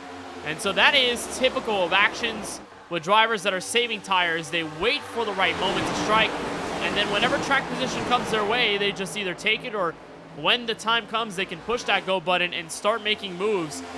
Like DBR right now. Survives the pressure from Zachary Wrongwich. Drinkin' Bros Racing works in tandem. Lawson Peel cuts through the top 4, looks for Brandon Banks, who searches to the inside for the top spot. You could just see the chemistry there. They were both basically almost outside the top 5, and in a matter of 2 laps, now they're both battling for the lead. This is straight-up chemistry between 2 guys that have been teammates and friends for many years on the iRacing service. from two different parts of the Southeast. Banks from South Carolina, Lawson Peel from Mississippi, and there's the help. Right behind Banks is Chevrolet. Banks comes back to the front, and will lead some more laps from Chicagoland. Yeah, the 42 used up his tires there, getting to the lead, and now we're seeing the repercussions of it as he's going to start falling back through this top 5 and top 10 as the 38 of Rungic continues to battle the 45 for what is currently P4, and Rungic will look to the outside of Kunkel. He'll get there mid-corner, and he's going to have a big enough run to try and get by him here on the straightaway. Rungic will take over third, and Brandon Banks, for the second time tonight, will find himself at the top spot. As he crosses the line here, Banks will tie his season high for laps led during a race. He had 24 led at Phoenix Raceway for the second event of the season. Now he's got 24 led tonight, as of lap 144 with a chance to beat that season high record. And Zachary Rungic is by no means giving up at the 18 degrees of banking at the top. It's almost magical to see the way that Rungic has used up the outside lane in Francisco, the way he did it on old tires as well. That's a feat in its own right, because when you run the high side on iRacing, especially at these multi-groove tracks, you're often wearing down the right rear tire, and usually over the long run, it's a death sentence for Rungic. He's giving it as a blessing, and it's going to get him a shot at the lead again. Well, we have an extremely tight setup, so freeing it up is certainly going to help, but I'm also now on his onboard, and it makes so much sense to me. Kenneth, he is downshifting immediately into fourth gear, so he's able to get some more rotation. Watch this as we go into turn 3. Right there, go to fourth gear. A ton of drivers do that, even in the usage of the inside or the middle lanes, but Rungic is making sure his car can engine brake in enough time so that he gets that rotation to the outside. And even in clean air, not necessarily giving up that real estate of the racetrack. He'll stay up high. Brandon Banks will deal another shot down low, but the body shot cannot rock Rungic, at least for now. Banks stays to the inside and nearing the final 50. Here in the final stage from Chicagoland Speedway, there's contact between the top two. And as long as they remain side by side, that invites Lawson Peel, and no shock to see this. He's going to push his teammate out clear. Peel going to help Banks on the way to turn 1. And Cedric Hunter peeking through the middle. But remember that Stephen Harlow Chevrolet that was in tandem with Peel, saving his stuff? Well, there he is, looking on the inside of the Dizzy Solar Toyota of Chris Cabot, just now stepping into the top 5. So Harlow, who has found strength late in this race, is making the most of his opportunity, and he may be there. We are still door to door for that top spot in the entry back to turn 1, and the look on board with Harlow shows a front row seat.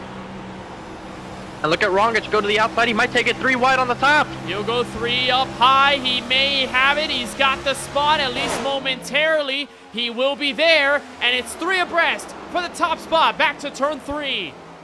Does Rungic give up? Heel backed out of that one, and now Rungic will use this momentum to try to get clear. Banks holds on strong on the bottom, but now the teammates are nose to tail once again. Banks side drafting the 38. Here goes Peel to try and give him the help. The painstaking process of staying in this congested group of cars and not flinching at least once. It's fun to watch between these pack of drivers, lots of them with experience amongst themselves, but you sprinkle in some new drivers and it makes it all the more fun. Rungic continuing to play defense on Banks, who remains down low, still fast, even considering the press that Rungic is dealing him. Hunter with no option, he'll go up high. He steals the top lane from Rungic. They make contact before turn 1. Oh, and Harlow into the wall hard. It looks like he keeps it collected, though. We will stay green. And Hunter nearly sent his car into the wall with Rungic's Chevrolet in tow. As they made the contact, Hunter looked for 3 wide. And now he wants the under on Rungic's Goodwrench Chevrolet. And Brandon Banks will get another lap led potentially at Chicagoland. But this may be the 6th or 7th lap we've gone side by side in a row. And here's the look on what happens with the 11 and the 25 on the right side of the screen. The 11 right behind Cabot and all this. Schaefer behind, who goes to the inside. Cabot gets into the wall right here, looks to the inside of Hunter, and I think checks up, and that sends the 11 pretty hard into where the wall sticks out of the safer barrier, so that's going to do him some significant damage right now. As you see up in the front, Cedric Hunter was able to take the lead in all of this, and look at Eric Schaefer and Alex Muscarella who have found themselves up in this battle now. And that Harlow Chevrolet who got a hit to the outside wall in turn 1, well, he's still here. So the car isn't necessarily ailed as much as we maybe thought it would be. It was a pretty significant hit. He's got some dents to the right side of the race car, but it's not enough to take him out. He's still with a good shot at a top 5. And remember, we are still within a green flag strategy. These guys have gotten over 30 laps on their stint. And in an 80-lap stage, you will have to pit at least once before this race is over. And last week at Auto Club, it was the first time, Francisco, that we had any bit of green flag stopping situations. At Daytona, we had plenty of yellows, and while the strategy did fluctuate a bit throughout the race, all of the calls were under yellow. Then in Phoenix, we did have plenty of strategy, but that also fell, tons of it under the yellow flag. And then at Las Vegas, same deal. We didn't really have that much green flag strategy going on because of the chaos that encountered in the second half of the race. So maybe the second week consecutively that we have some green flag stopping situations as Roglic has fallen through the sucker hole, lost all of that track position, and he's back to 6th place. And Eric Schaefer just cut the 23 off going into off of the tri-oval there and got a little bit of a bump going into turn 1, but that puts DBR now 2nd, 3rd, and 4th once again. Well, they worked really well with each other at the back end of stage number 2. And so they could try it all over again, but they have finally escaped the pressure. For the first time, the leader is away by at least a 10th or 2 more than what we saw earlier on, where they couldn't get an arm's length away from everyone else in the rearview mirror. Hunter this time, though, in control. And then this battle for 6 on back continues. Ross Harlow for DTH had a bit of a tango with his teammate, Alex Muscarella. Pretty rare to see that happen between the two. But Harlow is still there, and with his brother Steven right behind. They both get around Roglic, and Chris Cabot, who made a surge earlier on in this run, has since fallen back, and he's in the clutches of nearly getting away from the outskirts of the top 10. Roglic continues this drop through the midway portion of the field as Hunter stays above by 3 car lengths or so. And now I think, Francisco, is where you start to really think about what your strategy is going to look like. If you are at the drawing board, what do you see here in this final maybe 40-ish laps in the next couple?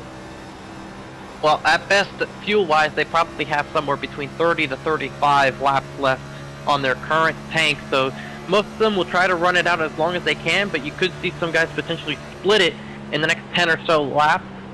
Again, 2 tires is definitely going to be a viable strategy, considering if you did even run it long, you'd probably have about 10 to 15 laps. Additionally, you'd have to run to the checkered flag, and you don't need all the fuel. You certainly don't necessarily need 4 tires to shorten up that pit stop time. Someone's going to try it, and I think it's worth trying it because it could be faster. I certainly was on the other side of that strategy where I took the 4 tires and the fuel, and a couple other guys took 2 tires, and they were driving away from me, and I was impressed by that. And with the short amount of laps to go in this race, it definitely gives you enough time to use the goodie of the 2 tires, the looseness, before the tires wear to the point where 4 tires will make it up.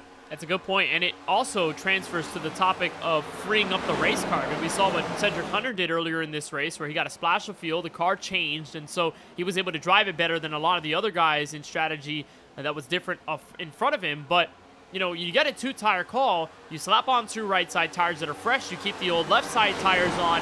That could also be the alternate adjustment to freeing up the race car if you're encountering a ton of understeer, specifically over this green flag run. A 2-tire call not only could get you less time on pit road number 1 and gain track position number 2, but the tertiary part of it is that you can free up the race car, and for a lot of drivers that may feel a lot better. It just depends on the preference of the driver, but in the dirty air when the car is kind of undrivable a little bit in the midst of the turbulent wake that follows Cedric Hunter, who leads this race, you may want to look at a 2-tire stop to give you a saving chance. At the end of this one, fight for second still underway. Brandon Banks saw a pressure from Lawson Peel. That since waved away, and Eric Schaefer looking forward to Zachary Hall and Alex Muscarella take off the rest of this top 6 as we'll cross the line for a little under 40 laps to go. Here from Chicagoland Speedway, Banks slaps the outside wall. He'll almost catch Peel with him. A big scare between the 2 teammates. That easily could have involved all 3 of them, so really close call there, and Schaefer checks up pretty big in front of the 23. That's going to back up Zachary Hall a little bit in this, as Alex Muscarella is going to get a run towards the 23 and join this battle. Peel trying to push Banks up there and catch him, not really trying to race him, but trying to help his teammate get up to the race lead and then battle once they get there. And this is an interesting look from the right front camera of Lawson Peel, which is an interior car look. And he's in 5th gear, right? He goes down into the corner, brakes, but he doesn't downshift until he taps back into the throttle. We saw that at the last corner. This time he stays in 5th gear, but very different from how Zachary Rongich would operate in the sense that he would go into the corner and immediately downshift. Lawson Peel seems to wait a little longer until he hops into the throttle pedal to downshift. This time by decides to stay with 5th. Schaefer pitting. Eric Schaefer will bring it down pit road. He's the first one to bite. That's going to be close on the pit road speed there. He might be okay, but this could set off the strategy. I mentioned how some guys might try to split it. Eric Schaefer is going to lead the group of those that decide to split it, as there's Richard Swavely in a little bit further back as well. So we'll just keep an eye on the pit strategy here. And that's the 39-year-old out of Casper, Wyoming. Richard Swavely had his PC fail on him last Sunday at Auto Club, but finally got a brand new PC, and for the first time he could run iRacing on max graphics. So very happy about the performance of his PC over tonight's race. We're very happy that Swavely has a brand new PC that he can race these events in without any issue or sort of hesitation about whether his PC will perform well. I think we may just have to do the same for Charlie Beyer, who had his PC expire on him, you know, maybe a week or so ago. We may have to set up a GoFundMe or something for him. I think so. I mean, I remember when I got the new PC almost a year ago now, it seems, with Peel and Stephen Harlow bring it down the pit lane. I remember when I got the new PC last year, Kenneth, and it was a whole new world, just the difference it made between running on a laptop for so many years with the Ferrari T80 wheel that you gave me, and now I'm running a 2-monitor setup with a CyberPower PC that is incredible with another Thrustmaster wheel that you've given me. So fantastic stuff here. Well, I love to be of a giving hand, but I mean, it's kind of the, you know, the thing of it all with transferring, you know, and there's Cedric Hunter, right side of your screen coming down pit road, that will hand the lead out to Brandon Banks. The left side of your screen is where Stephen Harlow was at the onboard look with his Chevrolet, and there's Lawson Peel out of pit road next. But you're right there. Well, let's see where PC setups are everything, along with the wheels as well. Very fun on iRacing, but to your point. I was going to say, well, let's see where Schaefer exits relative to Peel. As you see Lawson Peel exiting the pit road, he is ahead of the 3-car right now as Banks makes his way into the pit lane. That's going to hand over the lead to Alex Muscarella.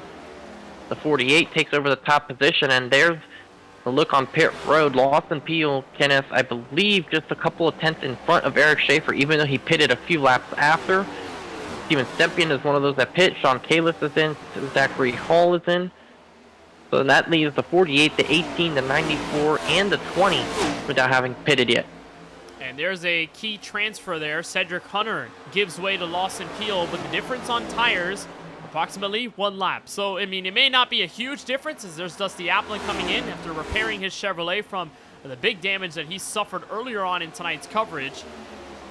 But this may be key if Lawson and Eric can continue to hold out in front over the Category 5 Esports number 45. And then the other end of that team, Zachary Hall is just coming out of pit road. So a lot of these guys are making their calls here, and they're just sort of transferring around each other. That leaves 3 cars to come down pit road. Timothy Stubblefield, the race leader on the right side of your screen.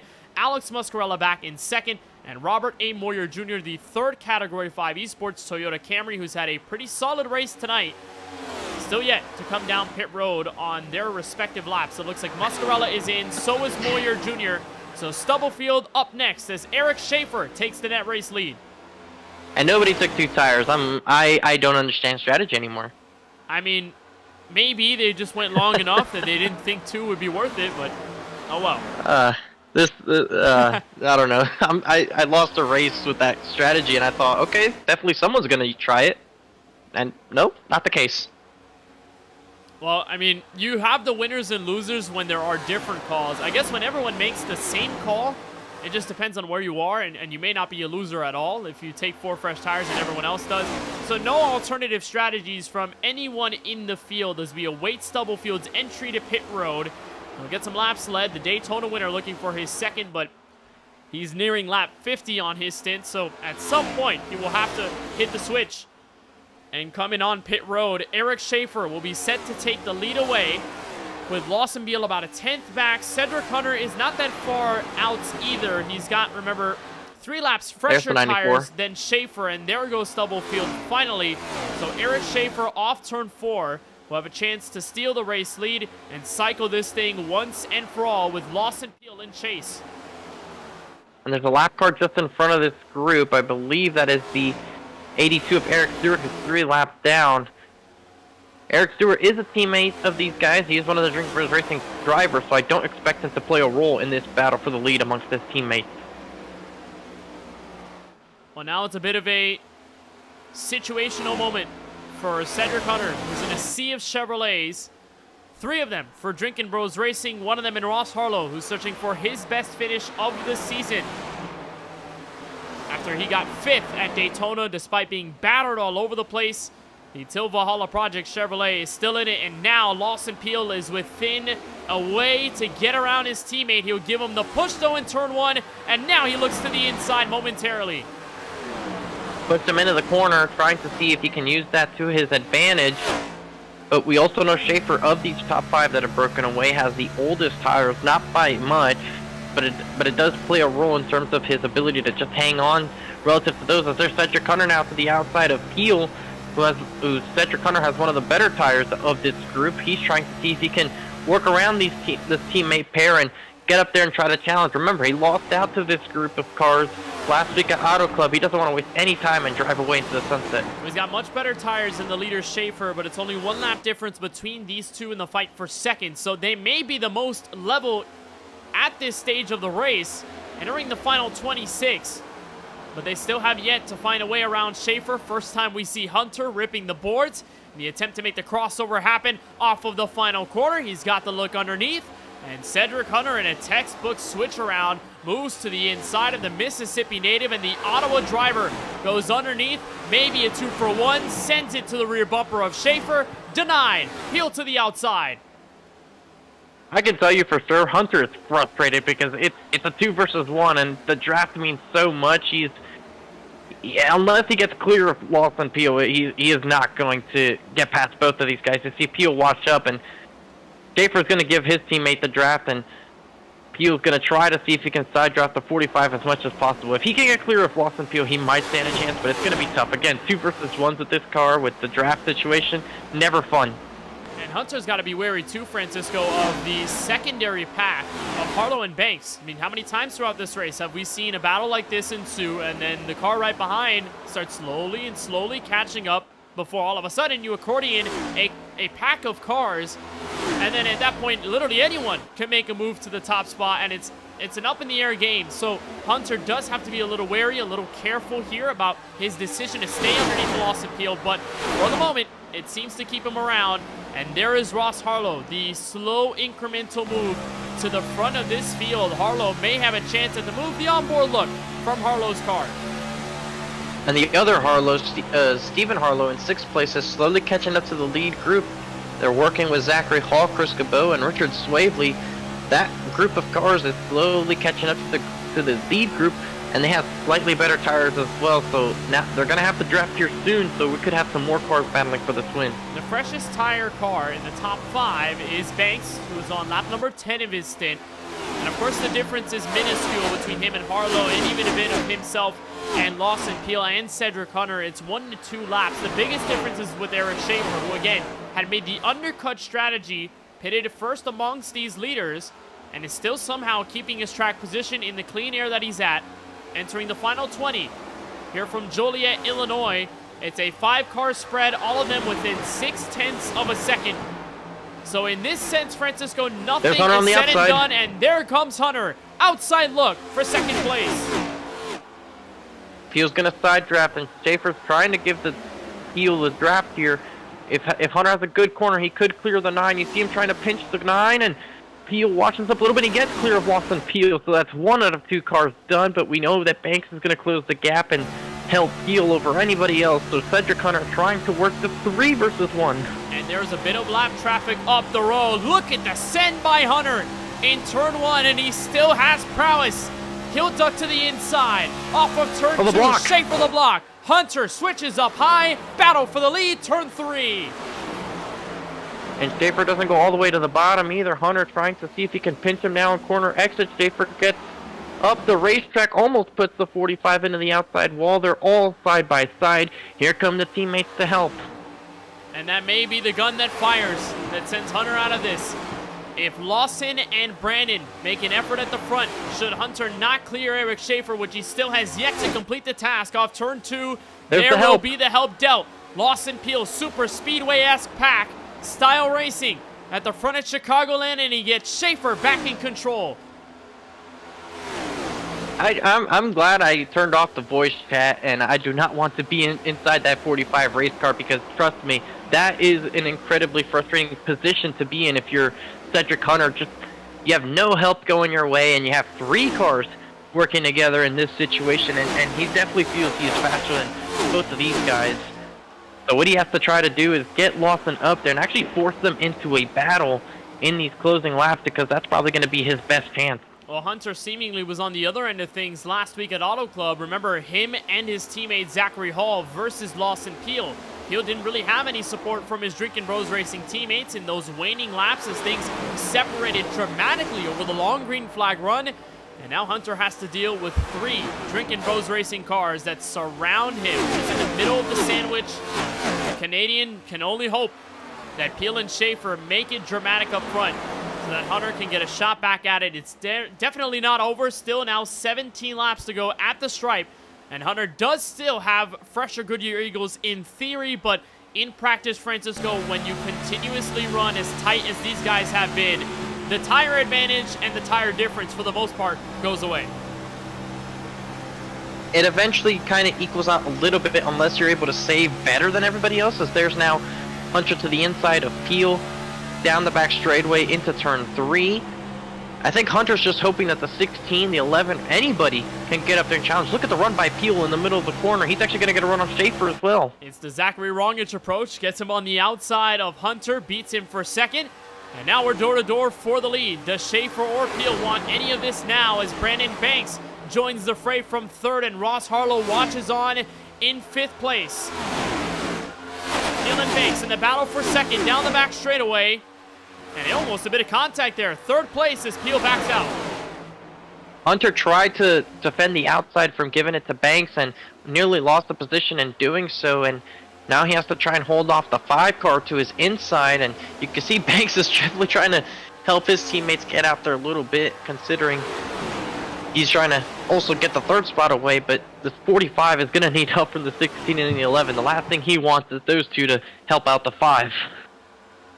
Well, it's a sea of Chevrolets, but there may be a sliver of hope. Watch that 7th car in line. That's Zachary Hall, the teammate who had a career-best second at Auto Club last week, fell just short of the race win and got that 2nd spot because he had gotten over his teammate Cedric Hunter, who washed up out of turn 4 as Lawson Peel was searching for the lead inside 10 laps to go. And he's there. Still not enough to catch up to the top 2 who have broken away. They're now about 3/10 in front of Cedric Hunter, the tertiary car, Brandon Banks in 4th, and Ross Harlow 5th. So could this be things done in the tire advantage for the Hello Kitty Camry? Lawson Peel stays behind his teammate. Schaefer remains in a position to get his 2nd win.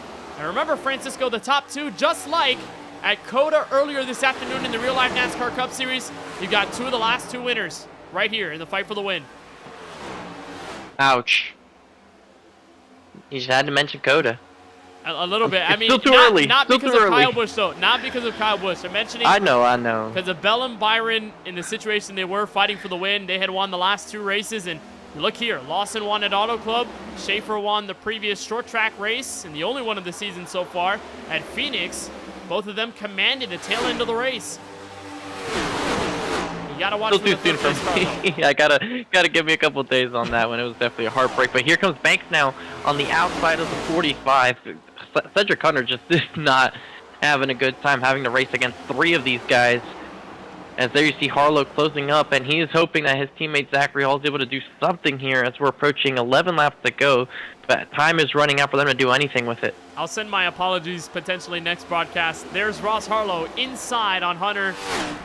And the tough running continues inside at 12 laps to go.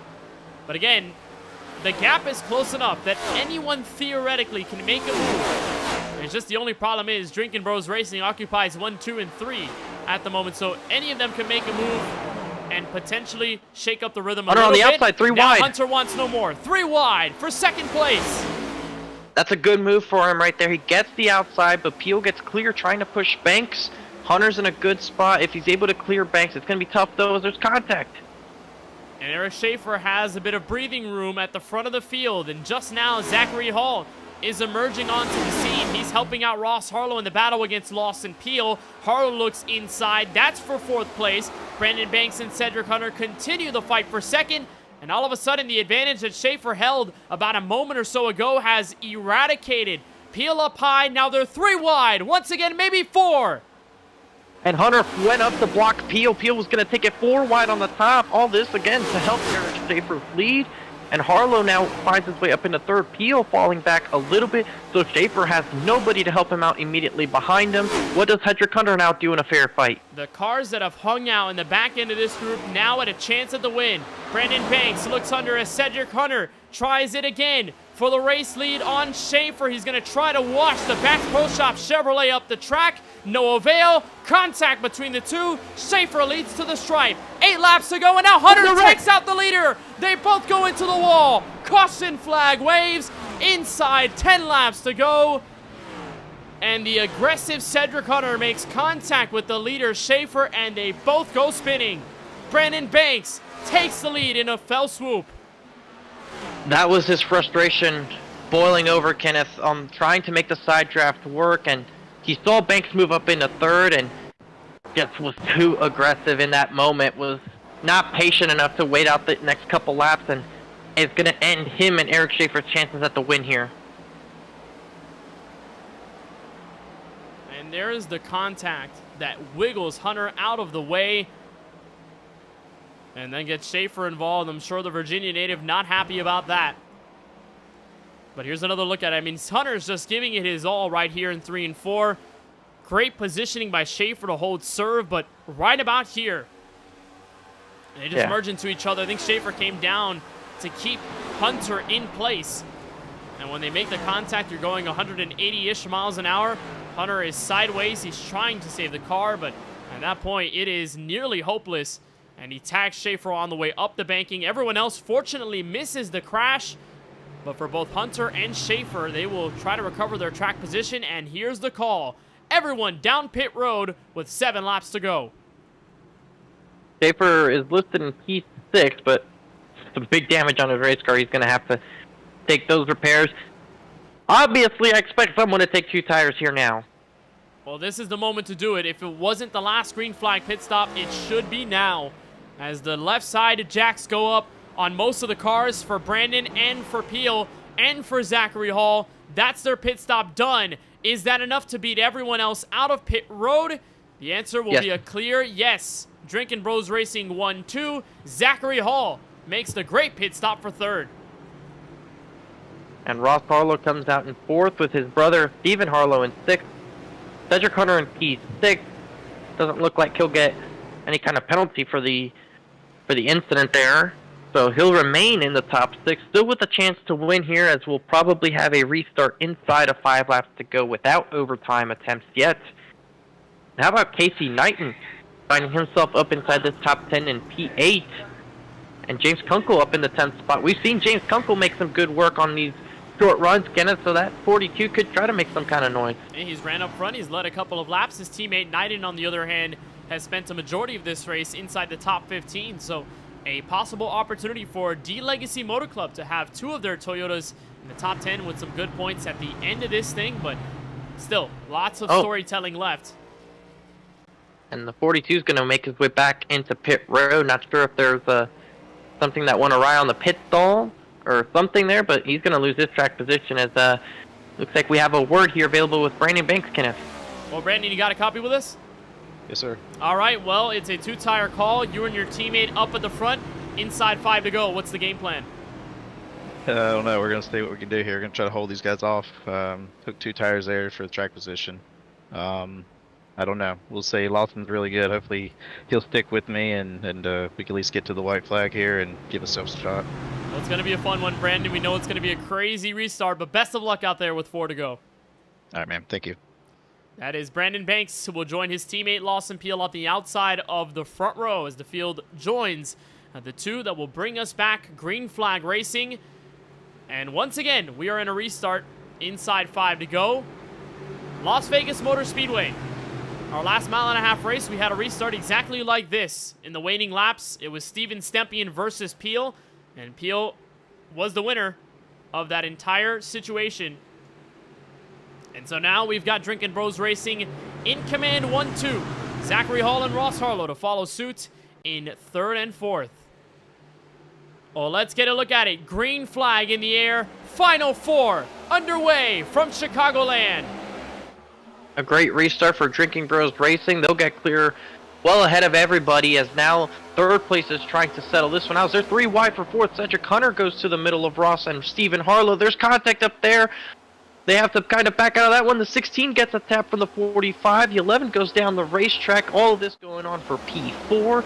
There's some 3 and 4 wide action further back, but Zachary Hall is the closest one to do anything about Drinking Bros Racing. The first car on 4 fresh tires, by the way, is Ross Harlow, and there's contact. Crash now off there's a turn spinner. 4. It's Richard Swavely, Zachary Rongich hard into the wall down the tri-oval, and the yellow waves, and we're headed to overtime here at Chicagoland. Rongich takes his car out of it, and Swavely with the fresh PC, but now a torn-up race car as he crosses the line. I saw 3 wide there for multiple rows, and that's just it's not going to work. It was going to be a difficult one to make it back around, and I think there was initially contact between the 38 and the 32, and the 77 squeezes up in the process as well and sends both of them into the outside wall as there's just so many cars for so little room. And that's Rongich there washing up the race car. He gets into Swavely, and that stacks up to everybody 3 wide. Kevin Roy is there with nowhere to go. And then it catches Richard Swavely at a faulty point, sort of gets tagged into the wall with the outside wall to greet him. And already here's backing out of turn 2, and they go 3 abreast, 2 rows deep. That's Casey Knighton under Chris Cabot, Justin Erb on the outside, and that black, red, and yellow Chevrolet. It's into the distance, and then there's the contact right there. Swavely stays up high, gets hooked into Kevin Roy, and a hard hit to the outside wall. Rongich's race is done as well. He immediately puts his car to the garage after the incident. And after many laps led and a pretty strong performance, Rongich will again have to sit from the sidelines and watch this race conclude at Phoenix. Such a strong race car, was running 2nd for most of the event, but it took one crash to get him out of it. And Rongich, for his 2nd start in a row in this series, he's out. DNF late in the going. And look at this view from here from Steven Stempian, who's done a great job recovering. He's currently in the 10th spot. He was just behind all of this. Watch this, as just in front of him is the incident. Remember, Stempian got some severe damage earlier in this race and does a masterful job at clearing the space down low, getting underneath the competition, and being able to escape that caution. It's only a what-if of what Steven Stempian could have done had he remained up front without that damage, but he still can salvage this race. He's got a top 10 brewing. He's in the top 10 now, so despite all odds, the Methuen, Massachusetts native Francisco can make a move here and potentially get a top 5 should things get a little more crazy in overtime. Yeah, that nose looks pretty clean, so they did a good job repairing that race car and getting him back into racing conditions. The problem is he just had to make up so much time at the very tail end of the pack there for that long green flag run. It was going to be difficult for him. But now we'll see what he's able to do in overtime, restarting in P10. If he's able to come away with the top 10, I think it would be an overall successful day, considering the circumstances the driver of the ADA has faced. So you look up and down the top 10. Cedric Hunter is now up to P5, trying to see if he can storm back up through and win this race. Justin Erb in the 20s in 6th, Ross Harlow's in 4th, and Chris Cabot, Casey Knighton in the top 10, and Sean Catlett down on P11. So we got some pretty good storylines that could form a good finish here at the end. And of course, Drinking Bros Racing 1-2 going for their 4th consecutive win. Lawson Field trying to go back-to-back and get win number 3 on the season, while Brandon Banks trying to end the months of struggle for him in League Racing, trying to end the winless streak he is on. So it's our first attempt at overtime here from Chicagoland, and here how it will all function. We'll get this restart inside 2 laps to go. If the leader catches the white flag and there is no yellow on the speedway, we will race it back to the checkered no matter what. However, if a yellow flies before the white flag is displayed on the speedway, we will double them up and do it again. We have 3 total attempts to get this race finished under green. If we exhaust all of our attempts and the caution waves before the white flag on the final attempt at overtime, then whoever is the leader at the throwing of the yellow will be considered the winner. And those storylines laid out to you by Francisco. Lawson Peel, the chance to get 2 in a row. Brandon Banks to get his first. And Drinkin' Bros Racing to continue their stranglehold over everyone else. But back in row number 2, a hungry Zachary Hall, who was a spot short last week at Auto Club, and a Ross Harlow car who is strong as always. They'll take the green flag. First attempt at overtime, and gone is Drinkin' Bros Racing. They clear everyone by at least a 10th or 2 back to turn 1. And there's the teammates in tow, the 45 and the 23. If Zachary Hall can stay clear of this group, he might have a shot at Lawson Field, but it might not be enough to try and catch up for the win. You see 3 wide further back, and we'll see what Lawson Peel's able to do on his teammate to try and go for this win.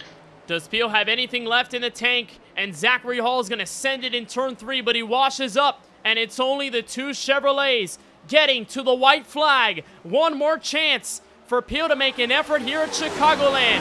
Zachary Hall, who was second fiddle back at Auto Club, is back in 3rd with a chance to say something. Now Peel is tight. He's in the outside wall. In comes Zachary Hall for 2nd. And running through the sunset is Brandon Banks. Oh, Peel gets turned. Peel is up in the wall. He tries to save the car, but off the final corner, it's Brandon Banks. For the first time this season, he's a race winner from Chicagoland.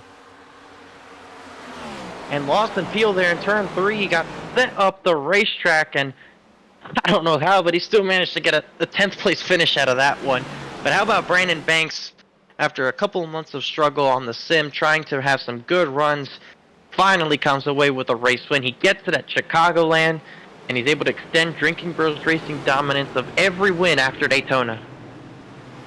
So it's 4 in a row for Drinkin' Bros Racing, and a meaningful win for Brandon Banks. I covered his last win in a series like this. It was the Sunoco Cup Series a couple of seasons back. It was at Dover, and he expressed to me just how elated he was in that specific moment, how competitive the field is, and how it's so hard to find moments like these in the bush.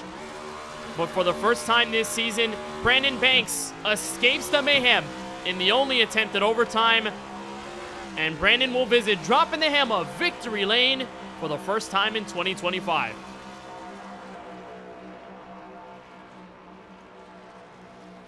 And we'll see what this does for him momentum-wise, Kenneth. A huge confidence boost added to him. He's in a dogfight for that playoff position in 4 wide right now. He has run that cut line. This could be the added boost he needs to try and go out there and get that position. And it was a winning moment to take 2 tires. And you're right, momentum carries in every direction. And for Banks, who gets his first win tonight here in this series, could very well start to bring that momentum forward on his other league campaigns across the service. He parks it on the start-finish line. Banks the winner here at Chicagoland Speedway. Let's get a look at our Droppin' the Hammah unofficial results after 203 laps and 1 attempt to extend it from overtime. Brandon Banks gets the W. Zachary Hall gets 2nd place for the 2nd straight week. We'll talk to him and get his thoughts before we wrap up our coverage. Ross Harlow gets his season best finish of 3rd tonight after a very strong ending to the race on 4 fresh tires. Cedric Hunter gave his all in that final stint, but he ends up with 4th. Justin Erb brings TOW Racing a top 5. Stephen Harlow back in 6th. There's Steven stepping the recovery drive from a damaged race car to a clean 7th outing. Chris Cabot in 8th. Casey Neinen with a D Legacy Motor Club top 10. And then that Lawson Peel car, who was tied off turn 2 in the waning laps, got tussled around over the last mile or so, and he ends up finishing in P10. John Kalis rounds out the 11th position with James Kunkel in the 42 up into P12. Kevin Roy, who was a part of that last crash, will finish in the 13th spot with Robert A. Moyer Jr. in the 14th position. Timothy Stubblefield will finish in 15th with Alex Muscarella down in the 16th spot. Eric Schaefer, after being involved in the incident there with the 45 of Cedric Hunter, will be in the 17th position with Richard Swavely involved in one of those late cautions as well in the 18th spot. Eric Stewart is the first car one lap down, and 19th with Justin Hendry in the 20th spot, 2 down. Back in 21st is Zachary Rongich, who led a good amount of this race and won stage number 2, but he crashes late, 7 laps down, he falls. Dusty Applin impressed us a ton over the first stage or so, but then got into a crash in the trial bowl, and he ends up 22nd. Jason Hastings is 23rd. Richard Modrich back in 24th. Warren Kyle Keith started this race up front. 25th is where he'll finish. Kip easily back in 26th. Brad Fulham falls to 27th. Chris Progard 28th. And Craig Parks rounds out the 29-car field from Chicagoland Speedway. And for the first time this season, we get to join Brandon Banks in Droppin' the Hammah victory lane. Brandon, I remember a while back when you won your first Sunoco Cup Series race, how much that meant to you in the level of competition. Now, maybe a year or so later, it's a newly spirited Droppin' the Hammah Cup Series, and you take this win in the final laps. How meaningful is this W tonight from Chicagoland? Oh yeah, definitely means a lot. Just to get that monkey off your back for the first one for the season, and just to kind of be able to go in there and race like you want to race the rest of the season and be aggressive. It's these guys are really hard to beat. So every time you can even just get one, it's definitely a great feeling to get one. Walk us through the emotions there in those final laps. I mean, we talked to you a little bit earlier. You said you're going to try to go for it no matter what. You and your teammate Lawson Peel at the front of that field, 2 laps to go. And then that chase to the checker flag. What was that like for you? Yeah, I was Lawson's a great teammate, man. He does everything he can to try to help us get better. You've watched him for years, and he's amazing at this. So he told me to take 2, so I took 2. I wanted 4. Obviously that was probably not the right call. So glad I listened to him. But yeah, it was the car just felt really good those last couple laps, and like I said, we had a pretty good car all night. We just trying to bide your time. You get back in traffic, even 3 or 4 cars, the dirty air was horrible. So just trying to keep the nose clean, trying to drive out of the air, and just trying to keep the front right on it. Was difficult all night. So I think we did a pretty good job of that. You got to keep the track position, stay up front, and we did that, and I think we did a pretty good job. You're a big part in this team's effort throughout this season. 4 uncontested wins for Drinkin' Bros Racing since Daytona. Obvious dominance by you guys across the board. What is the morale of this team at this moment, given everything and the success that you guys have gone through?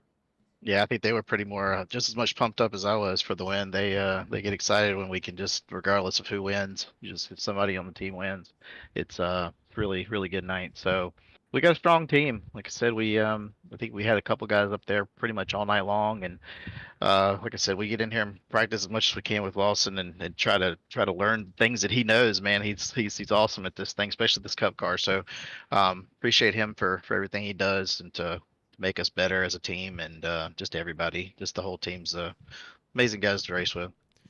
Well, now 3 Drinkin' Bros drivers have a win this season. You become the 3rd here tonight from Illinois. Before we let you go and continue your celebrations tonight, is there anyone in particular you want to give a shout out to or thank for this performance? Oh yeah, thanks you guys, man. You guys do an excellent job. Appreciate everything you do. The Stimpian and Progar and all the guys that put on this league. It's a lot of fun. DVR guys for sure. Every week they come out here, and night after night we're racing for the win, regardless of what league it is. So appreciate them. Paul set up shop, and just everybody that comes out and watches. I got a buddy out there that just started sim racing this past week. He's got the fever, so I think he got to watch a little bit of it, and at least I got to finally win a race, and did it with him watching. Well, Brandon, as always, we appreciate the kind words, and the kind words extend to you and all that you guys have done for this series. It's been so much fun to watch you over the last several years, and it's fun to talk to you now that you've got a win here in 2025 in this Droppin' the Hammah Cup series. Congratulations on the W, Brandon. Enjoy the moment. We'll see you in the field at Road America, first road course race next Sunday. Yes, sir. Thank you. Appreciate it. Brandon Banks takes the win in Droppin' the Hammah overtime after leading 38 laps season high, beating his 24 that he led in Avondale, Arizona. Zachary Hall falls short for the second straight week, but the consistency is building. Francisco Bacalhau, you've got him. It's deja vu here, Zachary. Once again, a P2 finish for yourself. To a Drinking Bros Racing driver, what more did you need to try and come away with the victory here tonight? Just be a little bit better of a driver. Tonight, I knew I was going to struggle tonight. I had ran a race here probably a couple months ago in another league, and this track is. I mean, I love the track. Don't get me wrong. This is like actually one of my favorite mile and a halves. But this setup is just so tight. You can't even really save. Like if you try to save, you're just so far back, and then you don't catch up because of the draft. So it's just kind of one of those races where you just gotta pick and choose your battles, and that was kind of my deal tonight. I didn't really get too many stage points, but I slowly worked my way up there, and through the pit strategy of things, kind of luckily got through some wrecks and kind of got lucky that one wreck I didn't end up worse. But definitely a good night still to get some solid points at a track I thought I'd run pretty terrible at personally. What's back-to-back top 5 finishes for yourself here, Zachary, and getting some momentum going in the right direction. What is that you need to do at Road America to try and come away with a good finish there as well? Road America, I'm excited. I'm looking forward to it. Like I said last week in my interview, you never really know, like, when you come into a new league, who are the guys to beat on the road courses. And, I mean, normally I feel like I fare pretty well in most races I do there. So I know Road America is one of my better ones, at least. So I'm excited to see how that will shape up, especially I know because, they have stage breaks here. So I think that's going to throw in a little bit of strategy and things that I haven't experienced before at road courses where they've, kind of went from green flag to the end. So I'm going to have to definitely do some research and figure out like what I'm about to do for strategy during that race. But I definitely feel like if anything, if I'm not fighting for a top 3, I'll be disappointed at a road course for sure. Some high expectations, and we can't wait for Road America. It's one of our favorite road courses to cover for Kenneth and I. But Zachary, great effort from here tonight. Who gets all the shout-outs to help make this possible? Well, first off, shout out to Brandon. Great win from him, man. He was an excellent run from him all night, and great to see somebody get a victory here that hadn't got one this season so far. So congrats to him. He's always a clean driver out there.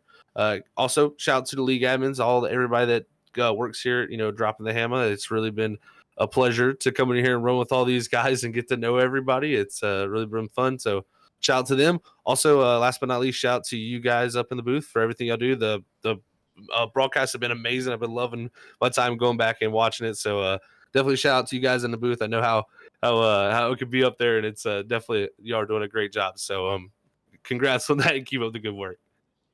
We appreciate the kind words there, Zachary. Once again, congrats on the top 5 finish, and we hope to see you out there at Road America. We'll see you guys later. At Zachary Hall, who gets second place, and for him, and even for the rest of Category 5 esports, things are turning around in a positive direction. We are now joined by the third place finishing driver, Ross Harlow in the 16 Chevrolet. Ross, a great race for you, season best on the podium, strong car at the end. What was that perspective like in those final laps? Oh, it was tough, man. I knew they had 2 tires. I knew that we had put 4 on. I think we just made the wrong call on the fuel. Probably shouldn't have put anything in because it was tight. It was really, really, really tight. I mean, we'd been fighting that all night, but between watching them rotate the center like they were and watching Cedric coming from 16 lengths back there, it was just a matter of try to hold on to the thing, try to get it to rotate center a little bit, and see if we can get somewhere with it. I got real excited when Lawson knocked the wall down there, and then got inside of him and just didn't lift as he came down. And it's what it is. That's just hard racing on the last lap. But no, I mean, had a blast all night, man. That was truly a great time. It's great to make the podium again. It's been a while. Couple solid finishes, though. Top 10 last week at Auto Club, and then your best finish before then was Daytona with 5th, but it's a bit rocky over the course of this 2025 season. Feels like things are getting back on track as they should. What is the mindset at this juncture of the season, and with this finish, how much momentum that gives you heading to the near end of the All-Star break? Yeah, I mean, it's just kind of take care of stuff and make sure you finish in the points. Don't make any big superhero moves. Just try to take care of the car. If you want to finish first you got to finish, right? So I mean, get those good finishes in, get those good points in. I mean, even with the 2 DNFs, I was 6th going into tonight, minus the the past race winners, just off basically just off stage points in Daytona. So just take care of stuff, take care of the car, make good choices, and hopefully come Loudon we'll be able to really make something happen, because so far we haven't really gone to a track that really suits me. I felt like I might have had something at Phoenix, and that one ended early, but I think Loudon's I've got that one circled for sure. Things are stepping in the right direction, though, and you made a journey through this field. 26th to P3 at the end of it. A huge cut through the field at the end of this one, so great stuff. Ross, on behalf of all of us at the KBueno Racing Network, congratulations on the 3rd place. But before we let you bounce, anybody you want to give a shout out to for tonight? Oh yeah, absolutely. I got to thank Tilbahala Project, my primary sponsor. Those guys have been with me through thick and thin. I took a pretty long break, and they were fully supportive of that. G&G's Gift, Droppin the Hammah podcast, Millie Mermaid's Trove. The list goes on. It takes a village, right? But biggest thank you, of course, goes to my lovely wife. Definitely wouldn't be able to do any of this without her support. She keeps it fun, keeps it light, keeps me from losing my mind over it. Thanks to you guys, of course, for putting on an absolutely spectacular show. It's awesome to see how far everything's come, and it's awesome to see you guys doing so well after everything that you guys have been through. And of course, thank you to the whole admin team with Droppin the Hammah Cup Series and for what they put on here. I think this is the best product we've ever been able to put out, across MPI, Sunoco. This is about as good as it's ever been. So I'm having a blast here, and hopefully everybody else is too. We're excited for the journey ahead, and Ross, we echo that sentiment back to you. The appreciation means a lot to us, and thank you so much for all that you've done for the series over the last several years, including this one this year. Congratulations on the 3rd. Excited to see you and the field take on Road America next week. Should be a big challenge, but until then, congrats on the podium. Yes, sir. Yeah, thanks, guys. Thanks again, guys. Have a good night. That's Ross Harlow, closes in from 3rd place at the end of this Chicagoland race that goes one attempt into overtime. And that leaves us, Francisco, with our next race, Road America, the singular road course race of the first half of this regular season. And we've seen plenty of road courses raced in the Sunoco Cup Series and other versions of this series prior to this. Road America, not necessarily a regular on the schedule, but great to see this famed track in Elkhart Lake, Wisconsin take center stage with a chance at another different race winner. The last time you and I covered a race at Road America, saw Lawson Peel make 2 mistakes on the final lap and hand Daniel Michaud the race to win. And the season before that, it was contact with Peel and Hill that resulted in Lance Hill getting the win there. So we've always had some good races to cover here at Road America, and I'm hoping that the Droppin the Hammah Cup Series is able to provide us with another one. Well, that will be next week, March 9th, 2025. You'll find the coverage at 8:10 p.m. Eastern right here on the KBueno Racing Network YouTube channel. That's the site of all of the race coverage for the Droppin the Hammah Cup Series in 2025. We are inching closer to the All-Star break at the Paperclip. We've got a short track and then another short track before we continue on to decide those 16 that'll make the DTH Cup Series playoffs come June at the virtual Charlotte Motor Speedway.